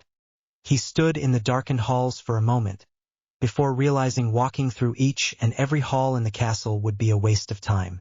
Footsteps in the distance made a decision for him, and he swiftly changed form, crawling along the ceiling as his darkness spread throughout the school. He watched Professor Snape shiver as it passed him, and freezing as the candles went out, before quickly storming away. He closed his eyes, feeling his way around the building with his magic, until he sensed the strange aura that was Quirrell/Tom Riddle. He was still in the Dada classroom, and he swiftly ran along the curling and walls until he reached it. Deciding against slamming open the door, it gently opened, and he crawled through, waiting for the wizard to notice his presence. Quirrell was marking papers, each one more tedious than the last. That mudblood, Granger, had written much more than he'd asked, and reading through the thing seemed to take all night. It was almost a relief when all the candles blew out. That was until he realized why. A shiver ran up his spine and he pressed back against his seat, pulling the cloak tighter around him as a chill filled the air. It reminded him of the one and only time he'd seen a Dementor, but this was so much worse. In the back of his mind, he felt his lord stirring, and sighed as the control of his body was taken away. "So you're back." It was dark and quiet. Tom could barely make out his surroundings, and waited cautiously for the creature to show itself again. "Hello again, Dark Lord." The rasping voice echoed through his head, or rather through Quarles, though it felt a part of him. "So you know who I am." It wasn't a question, simply a statement, and he didn't say anything further, waiting for the being to talk. "I have your name, Dark Lord. I know all of you." Yes, the mysterious mark. It had disappeared only moments after the creature had, yet somehow he could still feel it, burned into him. Perhaps it was no one Quarles' flesh, but on Tom's. "The deal we made, what is it?" The thing didn't say anything, but he heard the creature slither in the shadows, and was surprised when a single candle lit itself next to him. The room was still enshrouded in darkness, but he could now make out the shape of the creature by the door of the classroom. This time, its eyes were hidden, though he still remembered what the creature looked like. "It is a soul contract. My kind are well versed in them. If any make a deal with us, their soul is linked to us. You, Tom Marvolo Riddle, are mine." Anger flooded him, that he had been so readily fooled into such a deal, and wondered if killing this thing could break it. Immediately a strangely human laugh echoed through the room, and those eyes could be seen again, making its way towards him in the dark. "My death results in the contract moving to the rest of my kin, and they cannot be killed." Frustrated, he fell back into the chair, glaring into the shadows. "What are you, exactly?" The thing moved closer, he could see it once again, and he couldn't resist looking away. "My kind are ancient and always." He had no idea how to begin to respond to that, and busied himself with staring at the wall. "Do you not have another form?" He felt, more than heard the creature move forward, and was sure it was next to the desk now, watching him with those inhuman eyes. "I do, a human form, though many would find it more disturbing." Tom couldn't understand how any human could be more disturbing, but didn't want to find out, and instead forced himself to look, finding himself face to face with the creature. "You needn't fear me. You are mine, and this deal shall serve us both. That I promise." A plan in motion. Voldemort stared at the strange creature, slowly getting used to its horrifying appearance. "In what way does this benefit me?" The thing swayed slightly, never blinking as it watched him. "You want your body back, yes?" Yes, the reason he'd gotten into this damn deal in the first place. "I shall return you to your strength. Your power and body will be restored to its greatest point. It will require the sacrifice of a life, however." Voldemort wasn't surprised by that, and immediately began thinking about which traitor he could use to restore himself. Haid watched the man's eyes light up, clearly plotting, and it was quite amusing. "Not any soul will do. It must have a link to your own. A life for a life, soul for a soul. Balanced." The man frowned, and he wasn't surprised. From what Mammon had informed him, Voldemort wasn't one for personal connections. "I'm sure one of your Horcruxes would be sufficient." This resulted in immediate panic, and he chuckled before wandering in circles around the man. He always got so restless in this form, trying not to succumb to his other instincts. "Though I suppose your host would work just as well." Voldemort stifled a sigh of relief. He didn't want to risk any of his Horcruxes. They were parts of him after all, ensuring his immortality. He could not die. A thought occurred to him though. This all seemed far too good to be true. So what was the price he was paying exactly? "What exactly do you plan to do with me?" The creature stilled from its pacing for a moment, before crawling towards him. He could feel it, a strange heat against his back, its cool breath on his cheek. "I thrive on chaos. It feeds me. There is only so much trouble one can cause from the shadows. But you." It trailed off, and he wondered what exactly the creature would do. He had plans of. Dumbledore hadn't slept in days. Every time he tried to close his eyes, he was haunted by Gellert. He'd spent days and nights trying to find some explanation, some reason why this was happening, a way to make it stop, but everything he'd tried so far just hadn't worked. He was exhausted. The mirror was still gone, and Harry was still in Slytherin. Everything was going wrong, and he had no idea how to fix it. Nicholas would want the stone back eventually, but he had no idea where it was. Potter seemed content in his house, and the Slytherins had unfortunately accepted him very quickly. Smiled. Young Ronald had been complaining that his attempt to befriend the boy at Halloween had failed. Perhaps it could work to his favor after all. Harry woke the next morning, stretching comfortably in his bed. He'd actually managed to nap for a few minutes, for the first time for the couple of months. A poke in his side took his attention, and he groaned, peeking out from the sheets to glare at the human who dared disturb his slumber. Draco laughed at his face, and he shook his hair out of his face. I don't think I've ever actually seen you asleep. Nice to know you're human. The other boys giggled, and Harry scowled before rolling out of bed. It was Sunday at least, so he'd be left alone. It didn't last long. The second he left the dorms, they were blocked by Professor Snape. Mr. Morningstar, you've been summoned by the headmaster. The boys looked at each other, confused, before saying goodbye, and he followed the potions master down the corridor. Can I ask what this is about? Snape didn't reply for a moment, and they walked in silence, footsteps echoing through the empty hall. I'm afraid I am not aware of the matter. Hades nodded. He was pretty sure the man was telling the truth. But then again, Snape was very hard to read. I'd like you to remain in the room whilst I speak to the headmaster, please. Snape didn't react, except for a raised eyebrow.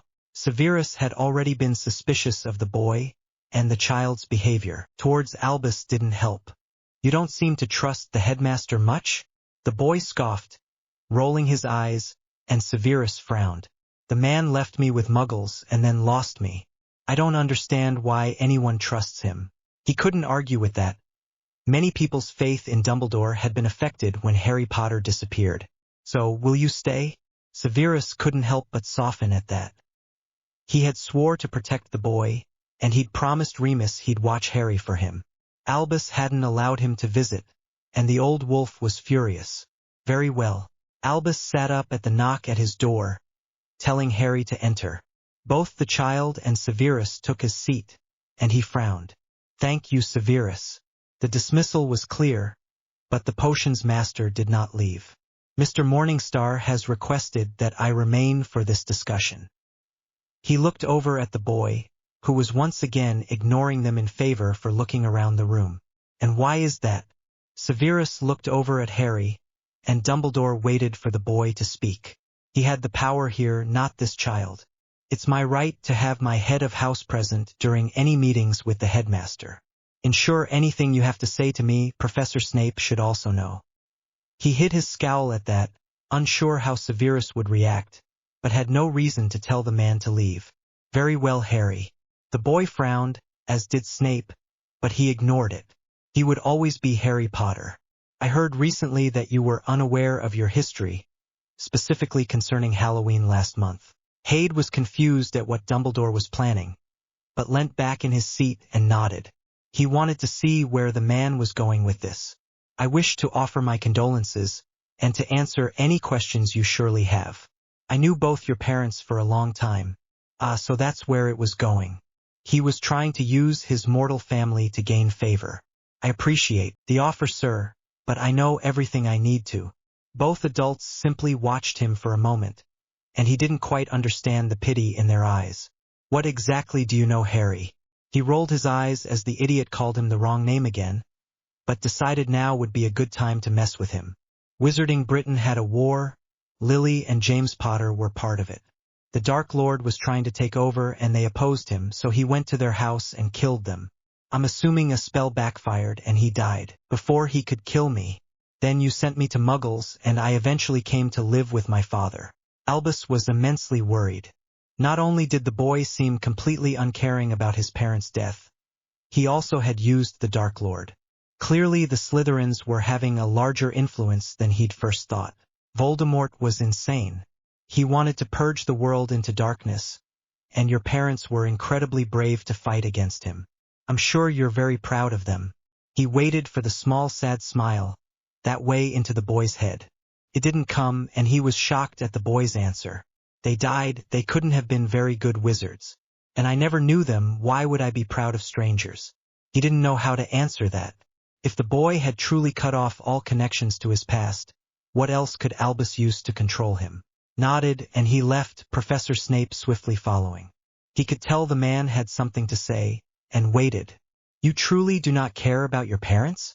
Hidden from sight, he rolled his eyes. Humans were so sentimental. If we mourned every time a stranger died, the world would be awfully grim. The professor fell silent at that, and left, leaving Hades to go and find his friends. November came to a close, and the young Slytherins were gathered in the common room, discussing their Christmas plans. Obviously, I'll be home for Mother's Yule Ball. You will all be there, won't you? The group nodded, and Hay jumped when Draco kicked him. You're invited too, you know. He was quite surprised, and glanced up at the blonde. The others were watching him too, clearly waiting for a response. Yeah, thanks. I'll have to ask my father, but it sounds fun. Draco grinned, and the group continued to excitedly talk about their presents. Honestly, Hades didn't think he'd ever actually celebrated Yule. He knew what it was about, but Halloween was the only holiday his family really followed. He supposed that would mean he'd have to find gifts for his new friends, and he doubted they'd like the things he usually got for his father and uncles. They preferred ancient artifacts and magical souls. Christmas. Finally the day came, and Hades found himself being swept up in the excitement of the other students. He could go home again, return to the flames and the screams. He was hoping everyone would be too distracted to notice that he wouldn't be getting the train, as he crept over to one of the many classrooms left bare for the holidays.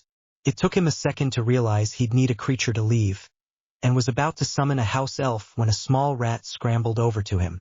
He grinned, catching the rodent and slicing it neck to belly, using its injury to summon hellfire. Just as he stepped into the warm blue flame, his vision of the living world, he heard a voice from the door. Scabbers? Ron walked down the corridor, glancing around frantically. Mum would kill him if he lost Scabbers, but the rat just kept running off. He knew the train would be going soon, and in a last-ditch effort began glancing into each classroom he passed. Scabbers? He called out, and flinched at a strange flash of light, but looking in again, saw nothing. He shrugged, and decided to give up. He didn't want to miss the train, and Percy would never let him hear the end of it if he did. The cold chill welcomed him, and he shivered, missing the heat, but knowing he was close. He strolled along the wet, dark caverns that led to the river Styx, where Sharon would be waiting. Soon enough he heard the sound of rushing water, and scrambled through to the docks, where the familiar oak boat gently rocked. The black-cloaked figure that had always led him back home was waiting, silent as always. He grinned, knowing he would get no reply, and flipping a gold coin into the skeletal hands. He stepped into the boat, and it began to move, the darkness of the caves fading away, as they headed closer and closer to the large stone doors that blocked the way to hell. He peered over the edge of the boat, down to the deep pit, where mortal souls would fall and enter torment. Of course, as the prince of hell, he got to go the comfy way. He shifted, crawling along the walls and through the gap between the doors. "Father!" he shouted, running through the halls until he reached the throne room, where his father and uncles were gathered. Sloth was slumped in his chair, bored, but the rest ran towards him, and he jumped in his father's arms. He understood now why the mortals had been so emotional upon seeing their family. He truly had missed them. Abaddon roared as his son jumped into his arms, holding him close. They weren't usually so affectionate, but their time apart had been awful, and it had felt so much longer in hell. He glared at Lucifer as the demon took his son from him. They'd had this argument for too long, his brother claiming he'd become too attached to the human. Hades hadn't been human since they'd brought him to hell, and Luke couldn't deny that. He knew the demon prince cared for Hades as well, but simply cared for his role first.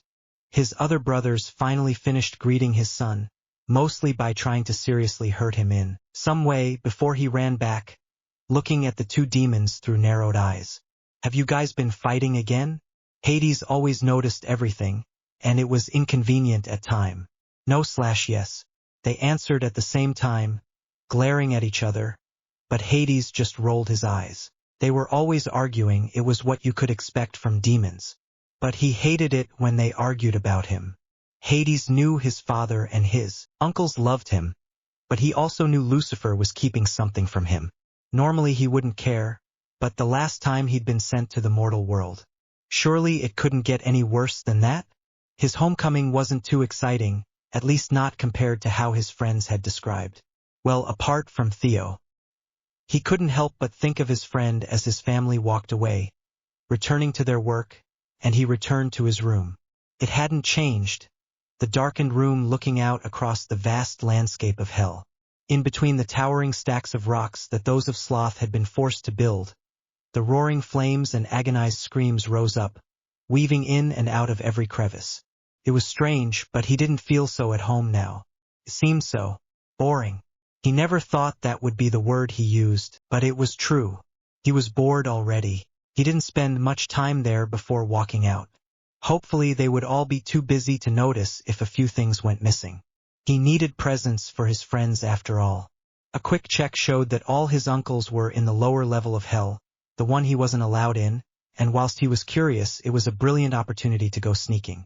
Specifically in Mammon's trove. Surely there would be something for his friends in there? He walked over to the steps that brought him down to the crypt, the path ahead dark and foreboding. He'd always come down here to hide as a child. In the few times his uncle Leviathan would play with him, the demon was such a sore loser, so Hade had always let him win. He smiled at the happy memory, was the ceiling. It had taken him a very long time to figure out how to get in, but once he could transform it was easy.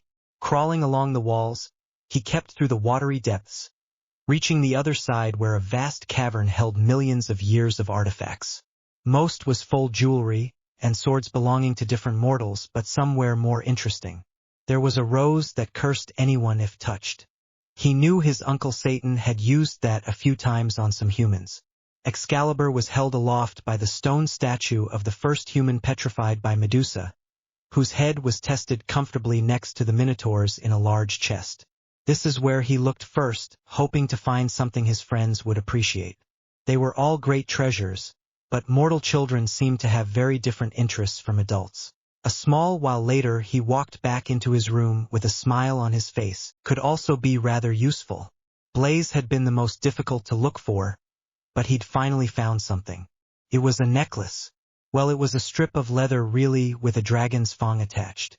Not only did it look rather intimidating, but it was deceptively sharp, and could be used as a dagger in a pinch. Satisfied, he sat back on his bed, listening to the loud screams and pleas that could always be heard through the walls. He'd long grown used to them, and as such was able to hear the slightest sound that would have been hidden to others by the noise. It was this ability that allowed him to hide the gifts before his father walked into his room unannounced. "Father," Abaddon walked in, grinning with long fangs at his son. "I'm glad to see you've settled back in." He took a seat on the boy's bed, who quickly scrabbled over to sit next to him. "Now, tell me everything that's happened since you've been gone. Mammon mentioned you made your first soul contract." His son grinned at him, and they spent many hours discussing the chaos and fun his child had concocted. A small part of him was disappointed his boy seemed to enjoy the human world so much. He understood it was where Hades truly belonged, but still wanted his son to stay here in hell. Once the little demon had grown, he would make his own choice on whether he stayed. He could only hope Lucifer was wrong, and Hade would not choose Earth. Eventually they were corralled out of the room by Beelzebub, who led them to the throne room. Apparently Lucifer had decided to set some entertainment for his son. Harry wasn't sure how long he'd been home. Could have been a few hours, it could have been months. With no son, it was difficult to tell when time had passed. All he knew was that on Earth, it was the night of the Malfoy ball, which was why he and his father were now in their human guises, waiting in the hall. "Do you have everything?" He nodded up at the demon, who rested a hand on his shoulder before they disappeared from sight, and reappearing at Malfoy Manor. It was quite a sight to behold, a looming building of dark stone and shadowed glass.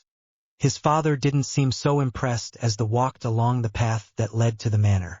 The inside was so much more impressive, with luxury furniture, and beautiful decorations illuminating the marble floors. Wandering through the grand hall where the festivities were held, he quickly spotted his friends, all of. Severus looked at Lord and Heir Morningstar as they walked around the ballroom.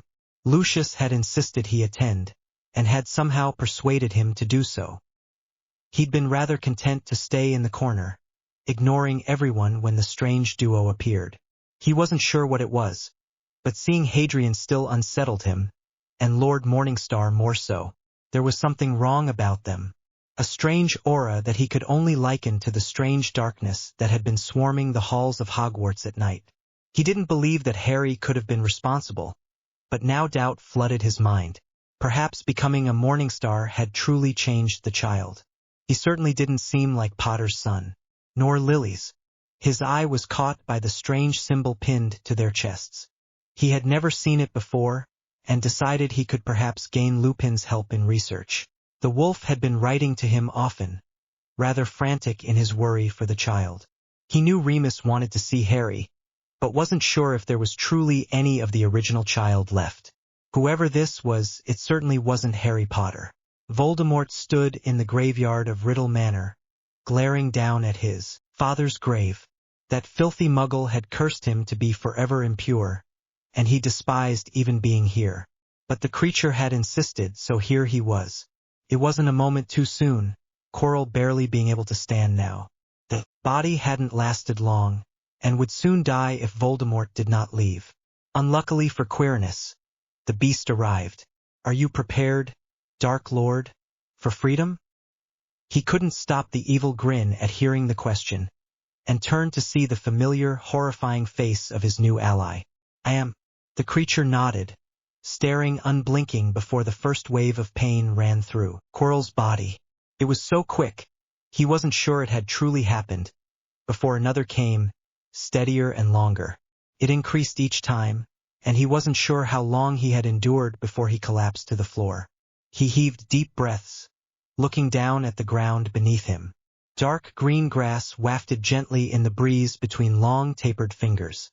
His hands were much paler, and he raised his head slightly, confused. In front of him was the grave, only now it lay open and empty. He shuffled back slightly, brushing the dark locks of curly hair from his eyes, and pausing. He slowly stood, unsteady on his feet, looking down at himself. He still wore Quirrell's clothes, but something felt different.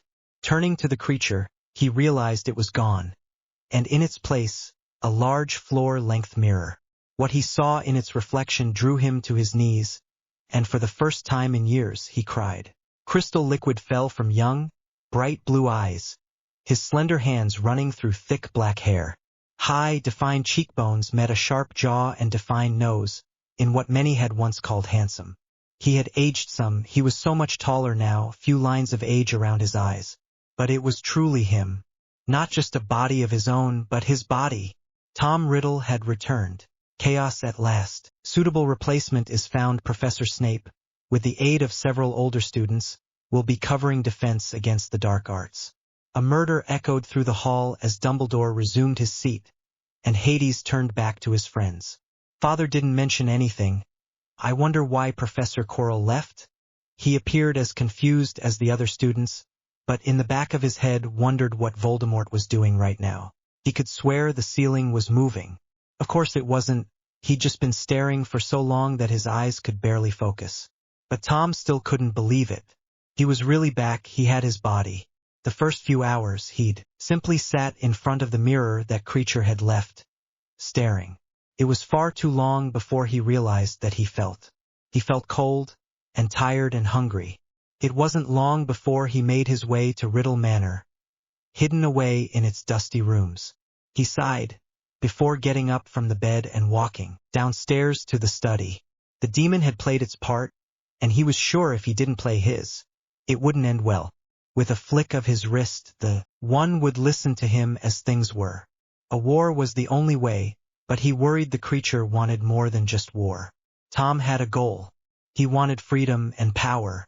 It appeared his owner wanted only carnage, and he wasn't sure he had any way to fight it. Severus sighed heavily as he gathered the papers left behind by Coral. Unfortunately, a replacement couldn't be found before the summer, so he and several older students would be covering defense and potions for the rest of the year. He had reason to be concerned. No Deda teacher had ever lasted longer than a year, but they didn't just disappear. He was already concerned by the dark heaviness that had covered the castle ever since the start of the year. Whilst this in itself was worrying, the very worst had then occurred. His dark mark lay pitch black against the pale skin of his forearm. Could mean only one thing. Somehow, the Dark Lord had found a way to return. In a way, he'd been reassured for a moment. If the Dark Lord had returned, then it was a sure explanation for all the strange happenings recently. The stone disappearing, the darkness, Coral. Unfortunately, that feeling hadn't lasted long. He still had no explanation for the morning stars. Remus was writing almost every day, constantly asking for updates on Harry, asking questions about his new family. He knew the wolf felt replaced, which was ridiculous considering the child didn't remember him. Of course, Lupin didn't see it that way. Remus stared down at the floor until his eyes stung, and he was forced to blink as tears fell to the floor. Severus had allowed him to stay at his home whilst he was at Hogwarts, for some reason unknown. The potions master had been kind to him, and he'd taken everything he could. He'd forgotten what it was like to talk to someone, to have a friend. It only worsened the longing he felt for Sirius, but the hope of seeing Harry again lifted his spirits. He was so worried. Severus had said he was nothing like James or Lily. He was a Slytherin, a friend of the Malfoys. What had this Lord Morningstar done to him? Had he been too late? It was these questions that kept him awake at night, that forced him to stare until he had a headache. He wasn't sure what kept him alive, other than Harry, of course. He could only hope Severus found a way to reunite them soon. For both their sakes, he'd killed another house elf. It hadn't seemed important at the time, but now he was home, he was reconsidering. Perhaps if he'd killed a mortal, he'd be in a better mood. Hades was returning from another boring term, looking forward to spending the summer in hell, and hadn't even left the boat before wincing at the load crashes and roars echoing from within the halls of hell. They were arguing. Again. He sighed before clambering out of the boat and nodding at Sharon. He didn't bother transforming into his other form, simply storming through the halls to where the argument was emanating from. The throne room. Everyone was there, but his uncle seemed too absorbed by the fight to notice him. His father and Uncle Lucifer were destroying the room, and he leant against the red stone pillars, waiting and wondering what exactly it was they had always argued about. He should know. His uncle roared across the hall, the very rocks shaking at his fury. He couldn't see outside the castle, but was sure the enslaved souls were quivering in fear. He cannot. He is one of us, not them. It was fairly obvious that they were talking about Hade, and just as he decided to hide behind a wall and listen in, his uncle Leviathan noticed him. In a second the hall was returned to its natural state of fire, injury, and decay, rather than the burnt rubble the display had caused. This caught the attention of Lucifer and Asmodeus, who immediately turned to look at him. His father seemed worried, but Uncle Lucifer hid his anger behind a calm demeanor, as if he could still be fooled. "Oh, don't bother, Uncle, I know you're fighting. You have been ever since you sent me back to the human world, and I think it's time you told me what was going on." Everyone turned to Lucifer and Asmodeus, who didn't deign to reply. "I'm a Horcrux?" The demons exchanged worried looks as he transformed into his demon form, angrily pacing across the room. Yes. He didn't understand. This just didn't make any sense. But how? I'm not even alive? His father sagged in his chair, clearly unhappy with the entire conversation, and even Uncle Lucifer looked uncomfortable as he answered, "You are also not dead." He simply looked at the demon prince for a moment, unblinking. "What am I then?" His uncles exchanged looks, clearly not having any idea of what to say, before Belphegor snorted and sat up. "You're complicated." They all glared at the demon, who simply shrugged, unconcerned before sinking back down into his throne. Still furious, Hades threw himself to the floor, glaring up at his family, all of whom looked exhausted and worried. apart from Belphegor, who looked bored as always. I'm afraid we have no answers for you. None of us understand how a child would be able to summon us, but Lucifer knows. Hades frowned, reaching up to touch the 2 scars he'd had for as long as he could remember. Death marked you as his emissary on earth. I believe he sent you to us after deeming humans unfit to raise you. They all looked surprised, apart from his father, and all the anger within Hade drained. They'd known this whole time and hadn't told him. What am I supposed to do with this? Satan leant forward, a stern look on his face. You do as you were bid to. You serve death, you sow chaos and maintain balance. You do what is asked of you. He turned to his father, betrayal filling his eyes. You've been keeping this from me, all this time? He didn't give Asmodeus a chance to speak before turning and leaping through the halls, towards the entrance of hell. He desperately threw 2 golden coins at Sharon, imploring him to leave with haste. The boat slid smoothly away from the gates, and he watched his father grow smaller and smaller until there was nothing but dark water and quiet cries left. Draco was strolling through the halls of the manor, heading to the dining room for dinner. He met his father in the entranceway, and went to bid him hello when a brisk knock on the door interrupted. They both frowned, and Lucius walked over to the door, opening it to reveal Hadrian of all people. He grinned until he took in the sullen form of his strange friend. He stood in the rain, soaked to the bones as if he'd been swimming, a hollow expression on his face. I'm dreadfully sorry to intrude, but I find I've nowhere else to go. His mother came in, clearly wondering what events had occurred to halt them, and he half expected her to begin coddling his friend. He was surprised when his father instead nodded briefly, placing a hand on Hadrian's shoulder and bringing him in out if the rain. He was dried with a snap of his fingers, and Draco followed as his mother led him into the dining room. What in Merlin's name was going on? Return to Hogwarts. He lay in Draco's room, rather thankful for the silence now. Narcissa had given him his own room, but Draco had been rather insistent that they shared. They had yet to discuss what had happened, and he could tell his friend was about to explode from pent curiosity. My father has been lying to me. A slight rustle could be heard before the blonde dropped down to sit cross-legged next to him, listening eagerly. He wasn't sure exactly how to tell the human. He wanted his friend everything, but felt admitting to being a demon wouldn't end very well. My father has known who I am for a very long time. He's known all about me, but he never said anything. He lied to me. Saying it aloud seemed to make it more real, and his head fell to his hands. Draco placed a hand on his shoulders, shuffling closer. Why would he do that? He sighed, shrugging slightly and leaning slightly against the mortal. A part of me understands it was probably to protect me, or maybe to use me. Either way, I'm still furious. I never thought my father would lie to me. They were interrupted by the creak of the bedroom door, and the 2 boys looked up to see Lord Malfoy framed by the light of the hallway. I apologize. I did not intend to eavesdrop, but I overheard your last words. He frowned at the older man, who leant against the door frame, watching them both with a calculating look. I do not pretend to know Lord Morningstar well, but I will say that parents often find themselves lying to their children when they believe it is necessary to protect them or their feelings. He knew this, but was reassured that Lord Malfoy had said it too. That made more sense than his family using him. Even if they were demons, he was sure they loved him. He was one of them. Have you ever lied to me? The wizard smiled down at Draco before straightening up and closing the door. Good night, boys. They were yet again enveloped in darkness, and both were silent for a while, processing what had been said. He didn't answer. Hade huffed quietly, lying back down and hearing Draco do the same. He didn't need to know that his father was a Death Eater. The summer passed by, and Hades was hesitant to admit it, but it had been fun. He'd become much closer to the Malfoys, and had even spent time with Blaise and Theo on the occasions they had visited each other.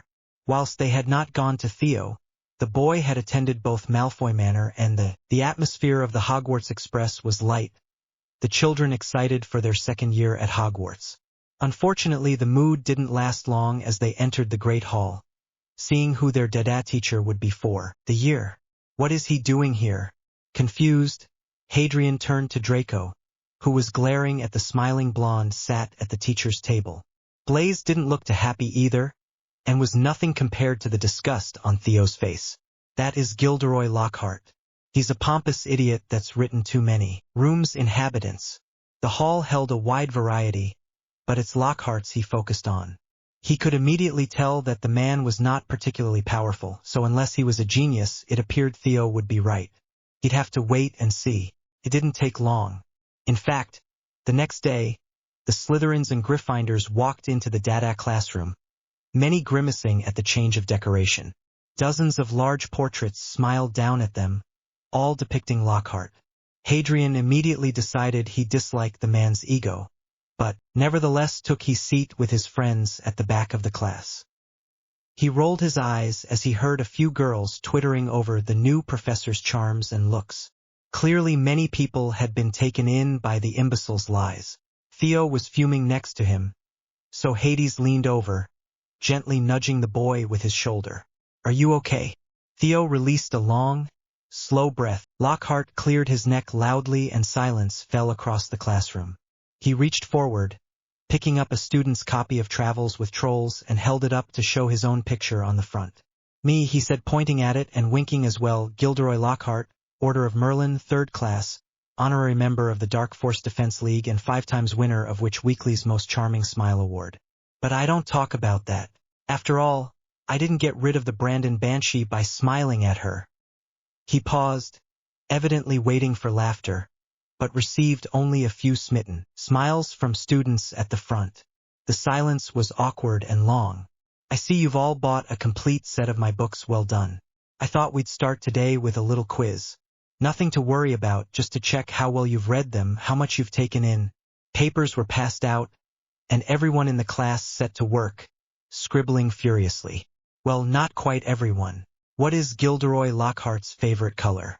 What is Gilderoy Lockhart's secret ambition? What, in your opinion, is Gilderoy Lockhart's greatest achievement to date?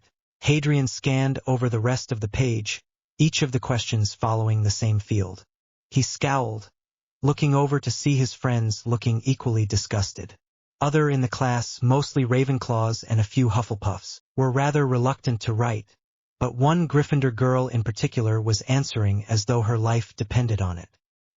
He sighed before slowly putting his hand up, waiting for the man's attention. This gathered a few looks from his classmates, and he wasn't surprised. He generally kept to himself, only speaking to his friends or others in his house. "Ah, Mr. Potter, what a pleasure to see a like-minded fellow." His frown deepened at that, and several people snickered. "I was hoping to see you sooner, but I'm glad to see you now. How can I help you, Harry?" The more the man spoke, the more annoyed Hades became. "My name is Hadrian Morningstar, and I was wanting to ask how this had anything to do with defense against the superiors." Scoffing, Hades stood from his desk, gathering his things and walking to the door. "My name is Hadrian Morningstar, and you are most certainly not my superior." It was late at night, the moon hidden by clouds and enveloping the world in darkness. His heart lay heavy as he strode up the path, towards the large abandoned manor to which he had been summoned. It almost felt as if he was in a daydream. Of course, a part of Severus knew the Dark Lord had returned, there being no other reason for the mark to darken, but he had denied it. That is, until the burning in his arm became simply too much to bear. He finally reached the large darkened abode, and pushed through the doors. The entrance hall lay empty, and if it were not for the shadows cast by flames from the next room, he would assume no one was here at all. He walked towards it, strengthening his occlumency shields, preventing any clue to the fear he felt upon seeing Lucius kneeling before a robed man in a chair. His lord. He swiftly mirrored his blonde friend, lowering his head. He waited, expecting to hear the chilling hiss of the man's words, and surprised when instead he was addressed by a cold and aloof voice. "Welcome, Severus, I was not sure you would come." Still facing the floor, he took a deep breath before replying. "My lord, admittedly I believed you dead, but my loyalty to you has remained ever strong." The Dark Lord simply hummed, and Severus worried that his lie would not be believed. "Yes," Lucius said the same. "Rise both of you." They stood, and he looked upon the man's visage, as shocked as his compatriot. He said not a word, but second before nodding. "I received this mark previous to being resurrected. I believe it is a physical representation of our deal." Severus frowned. The lack of knowledge on this creature was worrying. Whilst in the last war the Dark Lord had been rather reckless towards the end, he now seemed more sane and put together. What sort of creature was this exactly? They stayed for a while more, the Dark Lord instructing Severus to continue spying, and ordering Lucius to begin bringing Death Eaters back into the fold. They were swiftly dismissed, and Severus apparated to Hogwarts, running as fast as he could to the headmaster's office. Dumbledore was sat at the desk going through paperwork, and looked up in surprise as he ran through the doors in a hurry. My, what on earth troubles you, Severus?" His shields had long since fallen, and he collapsed into a chair, showing emotion to the headmaster for the first time in a long time. "He's back. The Dark Lord has returned." The laughter in the shadows. Severus ran through the halls, terror thrumming through him for the first time since the last war. He slammed open the door of Albus' office, not waiting for the headmaster to speak before slamming his hands on the man's desk. "He's back. The Dark Lord is back." Despair was the only word he could use to describe the headmaster's face, and even then it could not quite describe the emotions they were both feeling. "I know you would not say." That was more worrying than anything Albus could have prepared for. No one forced Tom to do anything, not even when he was a child. "What do you know of this, Aid?"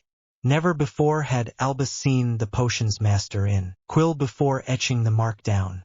Concerned, Albus felt he had seen the symbol before, but could not place it. "I'm sure," he muttered to himself, ignoring Severus for the time being as he wandered over to his book's shelf, scanning title after title until finding the right one. Themes and Sigils of the Archaic Dark Arts. Severus quirked. Harry actually hadn't meant to eavesdrop. He'd been wandering through the shadows, thinking about how best to address the issue. He wanted to move on, to forgive his father for lying, but it was difficult. At least, he thought with amusement, he now owned Riddle. That would negate any power the man could have used against him. But the two were inextricably linked, and he had no idea what to do about it. His pondering had just so happened to lead to Dumbledore's office, where he came across the scene before him. How could a Dark Lord be so stupid as not to see a spy? Now Dumbledore knew. Of course they had yet to make the connection between the demon and Hadrian Morningstar. This had put him in a foul temper, only worsening as his detention with Lockhart drew closer. Despite this, he made the decision it would be best to attend, and it was this decision that soon led him to where he was now. Specifically standing over an injured corpse. One couldn't call the torn-apart remains a body. They were exactly that, all that remained of the blonde. His temper had once again gotten the better of him, and he sighed as he left the room, not bothering to clean himself. Ignoring the coppery smell of injury, he strode down towards the Slytherin common rooms when a voice distracted him. "I shall see what I can discover, Albus. Good night." It was Professor Snape. Apparently their little discussion about him as a demon was over. A thought occurred to him, and deciding that one more bad decision couldn't hurt, he turned around, making his way towards the potion master's chambers. Severus had only just sat down when he heard the light tapping at his door. Sighing heavily, he stood to address whichever young Slytherin had come to visit. When he opened the door, however, the only thing that greeted him was darkness and a chill breeze, the same heavy atmosphere he'd felt last year. A thought occurred to him. Had that creature, that demon, been here, in Hogwarts? Is that the dark presence he'd felt? He quickly closed the door, eager to return to the refuge of his chambers, only to find that it too had been plunged into shadows. He took a blind step forwards before freezing at the deep, dark chuckle that echoed through the room. Severus Snape somehow understood. It was almost as if the demon was speaking directly into his mind. He felt more than saw the creature move, shuffling around the shadows. A single candle lit on his desk, And he knew from the book what this meant. Demons thrived in darkness and would provide light to lure a victim into danger. He could imagine it did the same to the Dark Lord. Show yourself.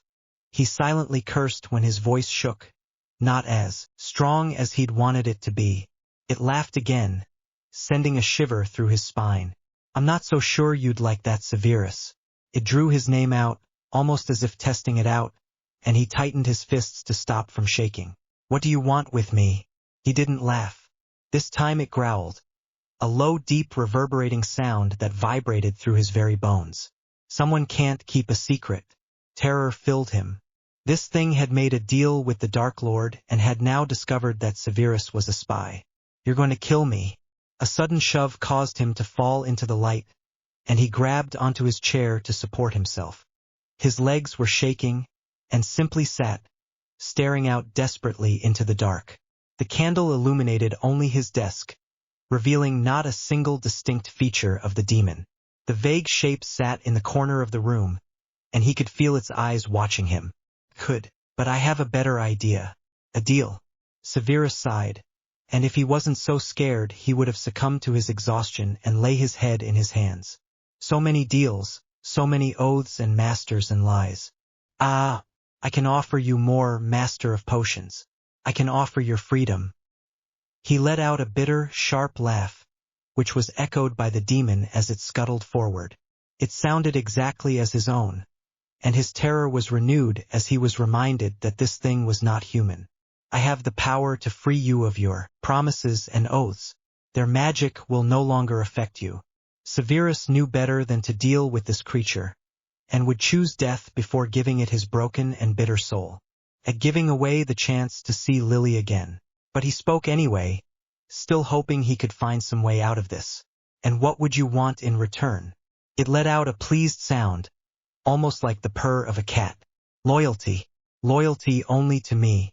Give yourself to me, Master of Potions, and I can give you everything you desire. Freedom from your other masters, a life of peace. I can show you the greatest potion secrets of the ancient masters. He sighed, understanding now how so many had once fallen prey to the promises of demons. They made all these offers, ones they could truly pay upon. All it would cost was your soul. As tempting as that sounds, great prince, I know the cost, and it is one I'm not willing to pay. It laughed again, scrambling even closer, and now Severus could see those large white eyes watching him, so clearly inhuman. You know of my kind, little mortal, that book was clearly most informative. He only nodded before curiosity took hold, wondering what this demon was, what it could do. So which prince am I speaking to? It seemed to tilt its head slightly before answering, almost as if it was surprised. I am Hades, 8th Prince of Hell, Lord of Chaos. Severus frowned. The book had mentioned only 7 princes, 1 for each sin. I was led to believe there were only 7 princes of Hellion. It was quiet before finally walking into the light, and Severus looked down at the evil and wrongness of the creature. It was almost human-like, a human that had been burnt and warped and drowned in some sort of dark sludge. Yet it almost seemed to be made of shadows, as if it was simply pure darkness. But that smile, those eyes, they were unsettlingly familiar to him. But how? I am not like the others of my kind, so you should truly reconsider turning down my offer. It didn't move as it spoke, the toothy smile unwavering. Only its head moved, swaying from side to side, its shoulders hunched and claws sharp. There is nothing that would lead me to part with my soul. I accept my death. At this it withdrew back into the shadows, a whispered response echoing through his mind. Not even for her? He stood stock still for a moment, unsure if it was in anger or restrained hope. You can't bring Lily back. Her soul had never belonged to your kind. He felt it move behind him, leaning over his shoulder. That is certainly true, but her child.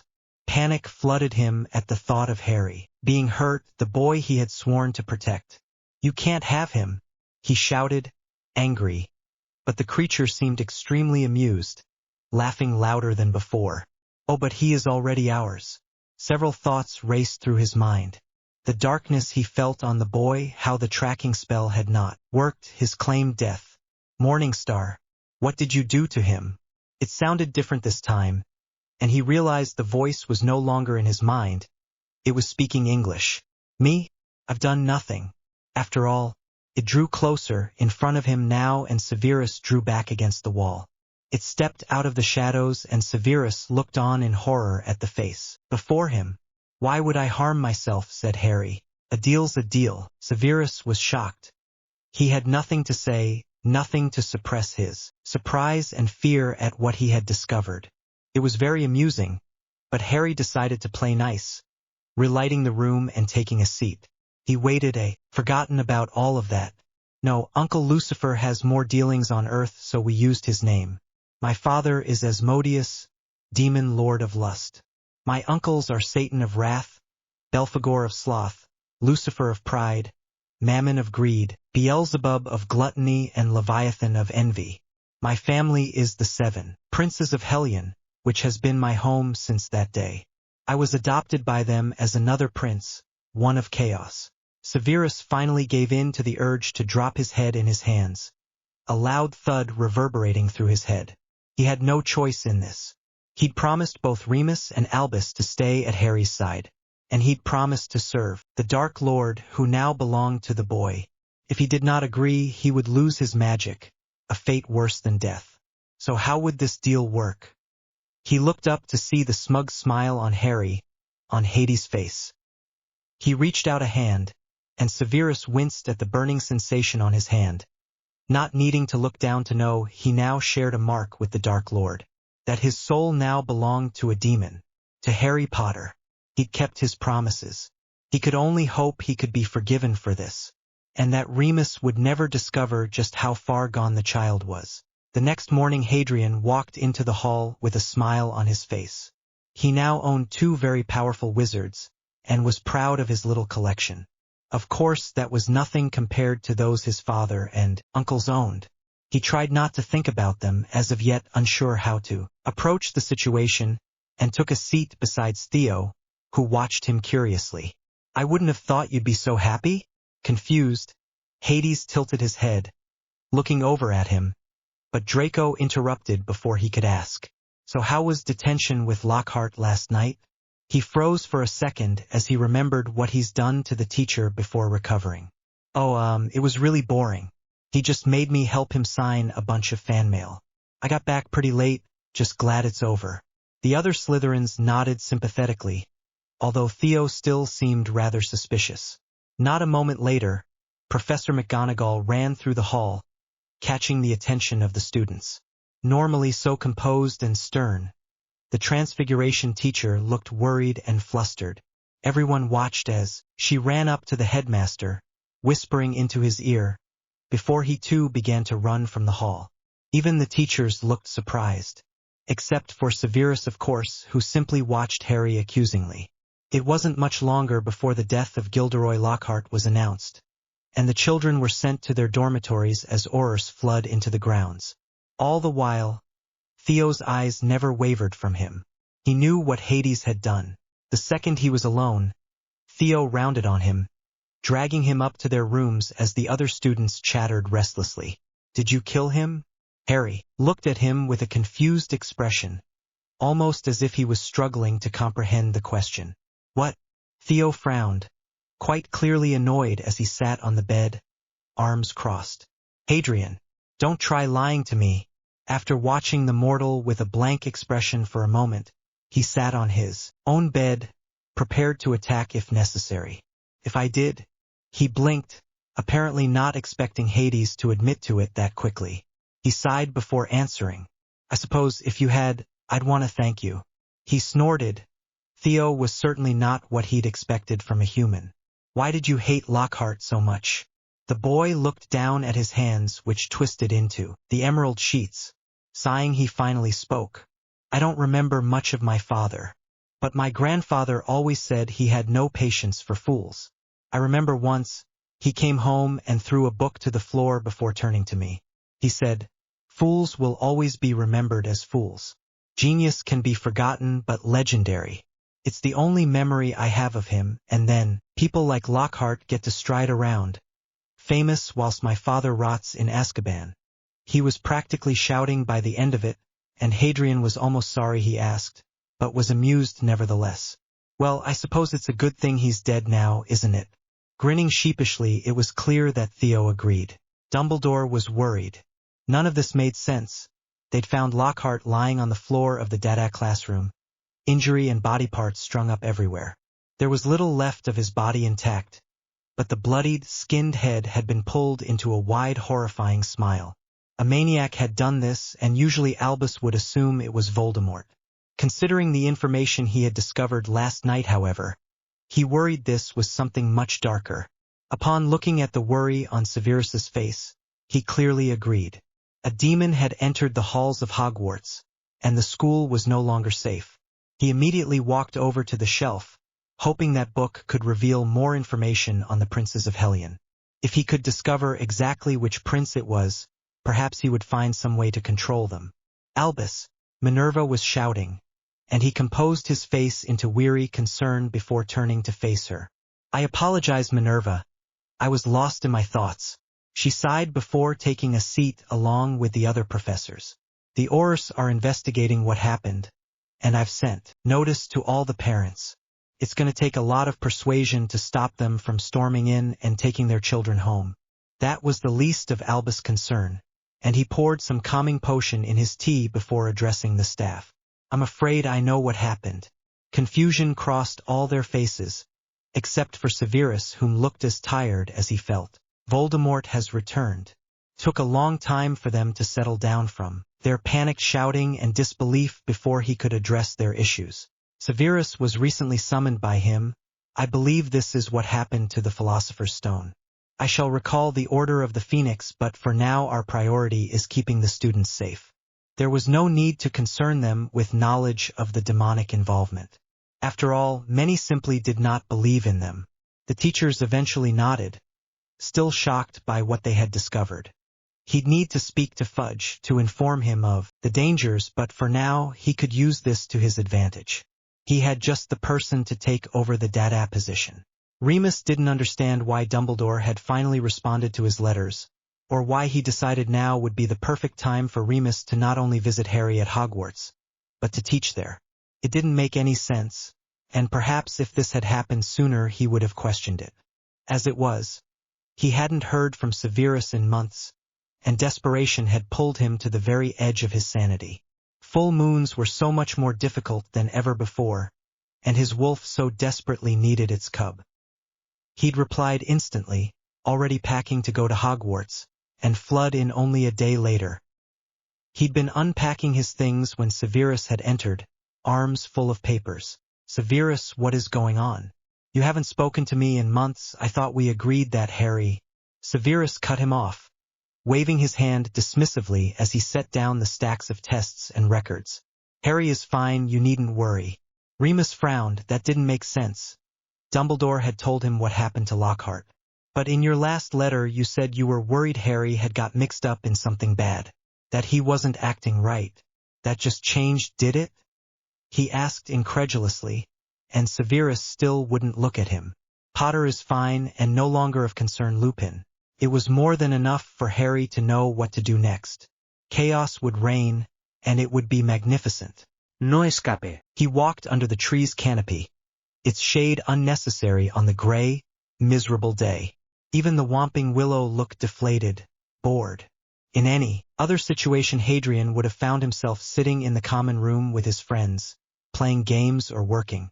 Unfortunately, Harry hadn't even made it to the dungeons before once again being forced to hide from his newest professor.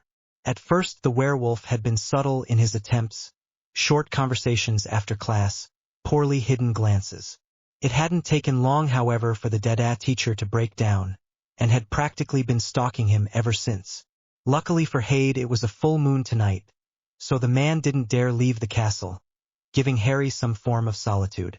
Each conversation had always led to tales of his parents, ways to involve himself in the life of Harry Potter. It hadn't taken long to deduce that he had been a friend of the Potters and saw Harry as his cub. He almost felt bad at the man's hopeless attempts. He would if it weren't for the fact it was causing a delicious amount of chaos. Severus was in turmoil, his terrified glances creating no end of amusement for him. Dumbledore was also acting strangely. Apparently he'd hoped the werewolf would endear him, bring him to the light. If only he knew just how far gone Hadrian was. As if Morningstar wasn't enough of a clue. Despite the delicious chaos, Harry wasn't happy. Not at all. The near constant attention prevented him from speaking to the Dark Lord, or communicating with his family. As hurt as he had been, he missed his father and uncles. Even if they were lying bastards, they always had been. It's what he'd loved about them. But they had never been such a way to him. He understood, however, why they had not told him, and if he still had a heart it would be warmed by their actions. Attempting to protect him even from fate. It appeared that was any parent job, even a demonic one. He was drawn from his introspection by a grinning specter adorned in bright purple robes and golden stars. It was atrocious, and he looked up at the headmaster in disgust. Either the old man didn't notice or didn't care, as continued to grin down at him. "Hello, my boy. May I sit?" The old wizard took a seat before he could even answer, irking him. "What are you doing out here on such a day, Harry?" He bit down the urge to reply sarcastically with sitting, and instead turned his eyes skyward, wishing lightning would strike down and rid him of the pest. Trying to get some peace, he replied through gritted teeth. Of course the fool did not take the hint. "Ah, that I can understand. I myself often come here to hide from Minerva's scolding." The wizard chuckled, as if this was some amusing inside joke that Harry was a part of. He most certainly was not. "Is there something I can help you with, headmaster?" The old man hummed, gazing towards him with a wise expression, obviously preparing to impart some great wisdom. "Hardly. Harry, my boy, I understand Remus has been attempting to speak to you, and you've rebuffed his attempts." He curbed the urge to scoff at the polite wording. The wolf had been hounding him, pun intended, whilst Hadrian had begun to outright ignore him. "I've spoken to Professor Lupin many times in class." He received a disapproving look at this response. "He was a dear friend of your parents, you know. I'm sure you would both enjoy speaking of them." Hadrian began to wonder when exactly the old man would realize he truly had no attachment to the Potters. "My father and my friends are more than enough." Before a long silence fell. "My dear boy, I would not push away friends and allies, especially not in times such as these." This drew Harry's suspicions, and he turned to look at the headmaster. "What do you mean by these times?" He received a pleased look at that, as if he hadn't expected him to pick up on it. He hadn't been subtle exactly. Did Dumbledore think he was dense? "These are troubled times, my boy. Not everything is as foreseems, and many unknown players hide in the shadows. You will understand when the time comes, my boy." The nonsense pushed him over the edge, and he decided to no longer entertain the fool. "Okay then." He spoke plainly before standing and walking away without a goodbye, rushing back to the castle in the hopes he could salvage his good mood with his friends. He unfortunately had no such luck, bumping into a Gryffindor, Cormac McLaggen he believed. The older year smirked down at him with a usual condescending look. "Out of the way, McLaggen." The smirk only deepened and he took a step forward, blocking the hallway. "I don't think I will, traitor." He took a deep breath, reining back his temper. "How exactly am I a traitor?" A glare took over the older boy's features, looking at Hadrian in disgust. Any friend of a Death Eater is a traitor, especially the boy who lived. The insult to his friends was the last straw, and his features changed into the amorphous shadowy creature that was his demon form, proceeding to consume McLaggen in pain, despair, and chaos. The body wasn't found until the next night, the hall being so isolated from the classrooms. Harry, however, was not fortunate enough to witness the panic as several Hufflepuffs cried at the sight, drawing the attention of several teachers. No, Harry was having much more fun visiting a friend, recently taken another's soul. He waited for elaboration, which he clearly was not going to get, before frowning. "Am I supposed to be jealous?" It laughed, and Voldemort sat back, glad he was not being punished for his thoughtless words. It was funny, and once Hadrian calmed down he smiled. "Considering it is one of your pet Death Eaters, perhaps. Although I believe you will thank me for this." Anger rose in a flash, It was bad enough this thing owned his soul, but to take his most loyal. Who? He stood, fists clenched, prepared to strike at any moment. The monster growled, unhappy with his tone and mollifying Tom instantly. As much as he didn't want to admit it, he could not defeat the creature. You should be thanking me, Dark Lord. I have assured you the loyalty of a spy. Shock ran through his system. Surely he didn't mean Severus? The demon nodded, once again curling up on the chair. He belongs to me, and I will allow his loyalty to you. The man shall no longer play both sides. Whilst Voldemort had his suspicions of Snape, he had never been sure of the man's true motives. He was furious that the man had spied on him for so long. He will not get away with this.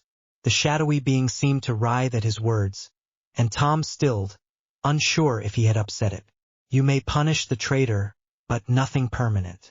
He belongs to me, and as such is under my protection, as are you. Hadrian could tell that the Dark Lord was surprised by that, enough that his furious expression faded away. Your protection? He didn't bother answering. Riddle of all people should understand his possessiveness over that which he owned. He moved to leave but paused as the wizard called. What are you?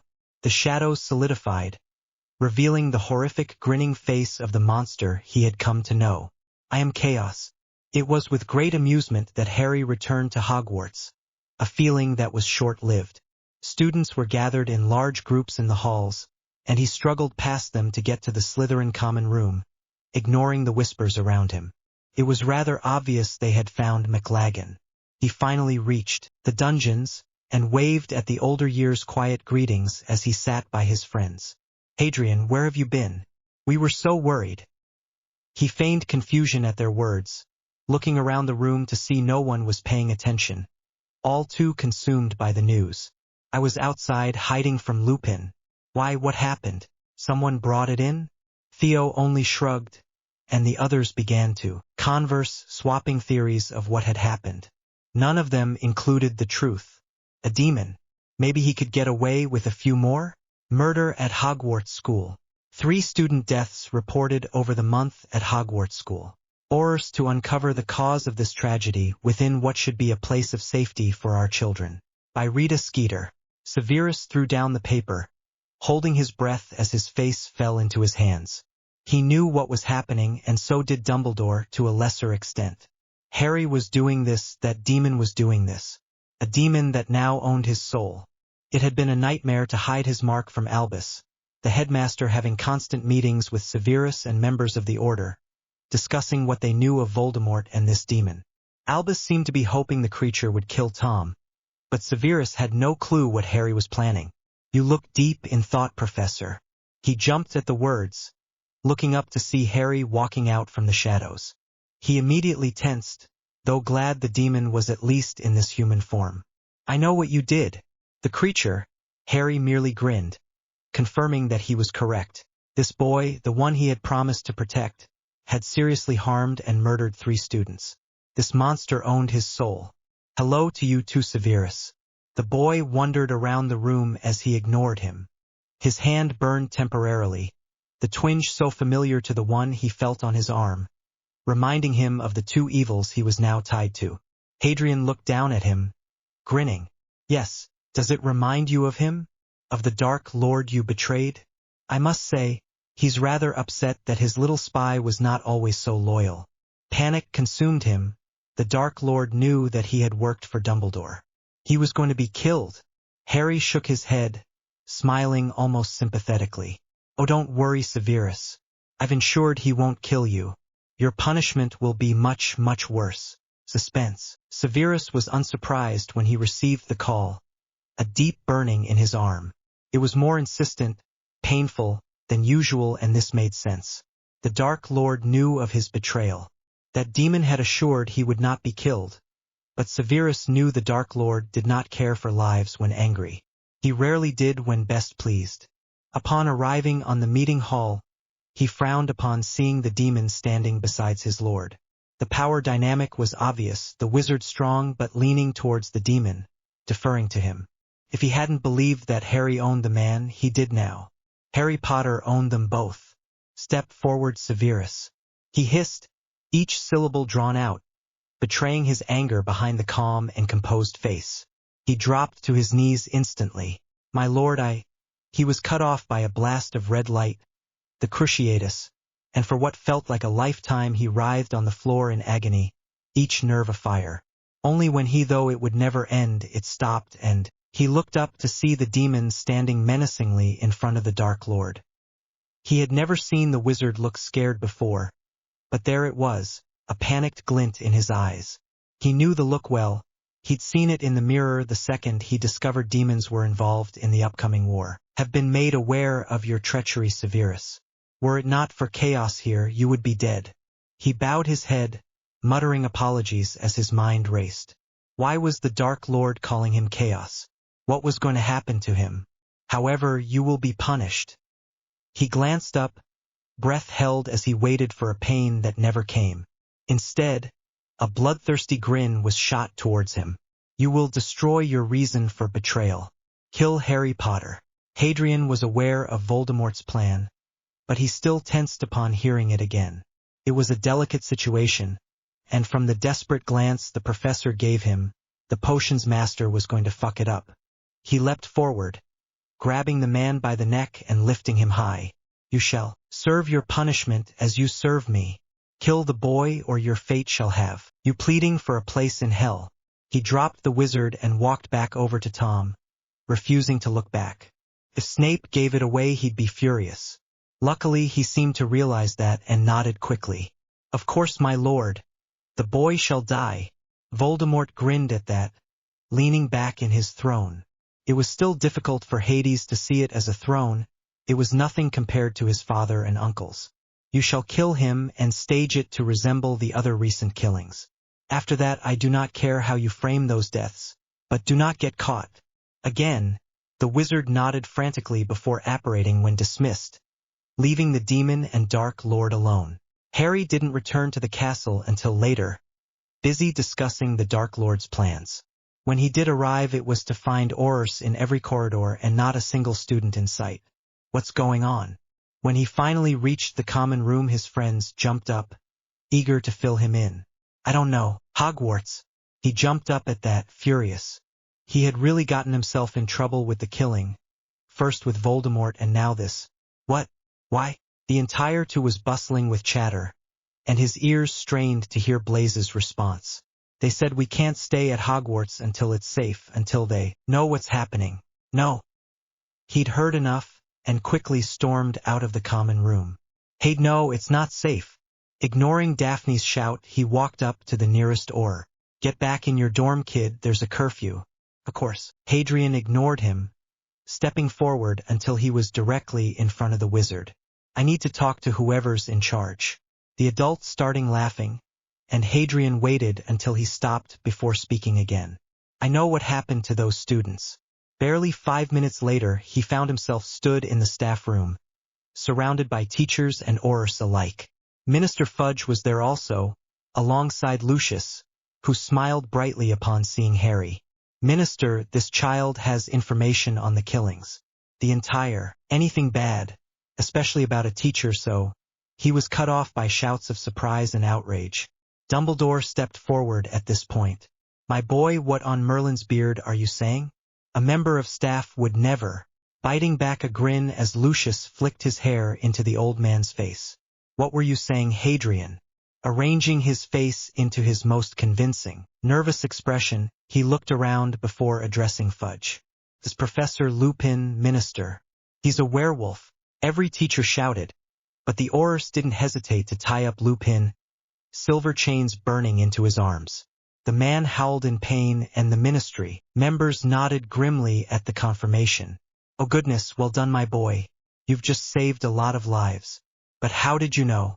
Everyone was looking at him as he said that, no gaze stronger than Dumbledore and Snape. He's been stalking me since the beginning of the year. It's horrible.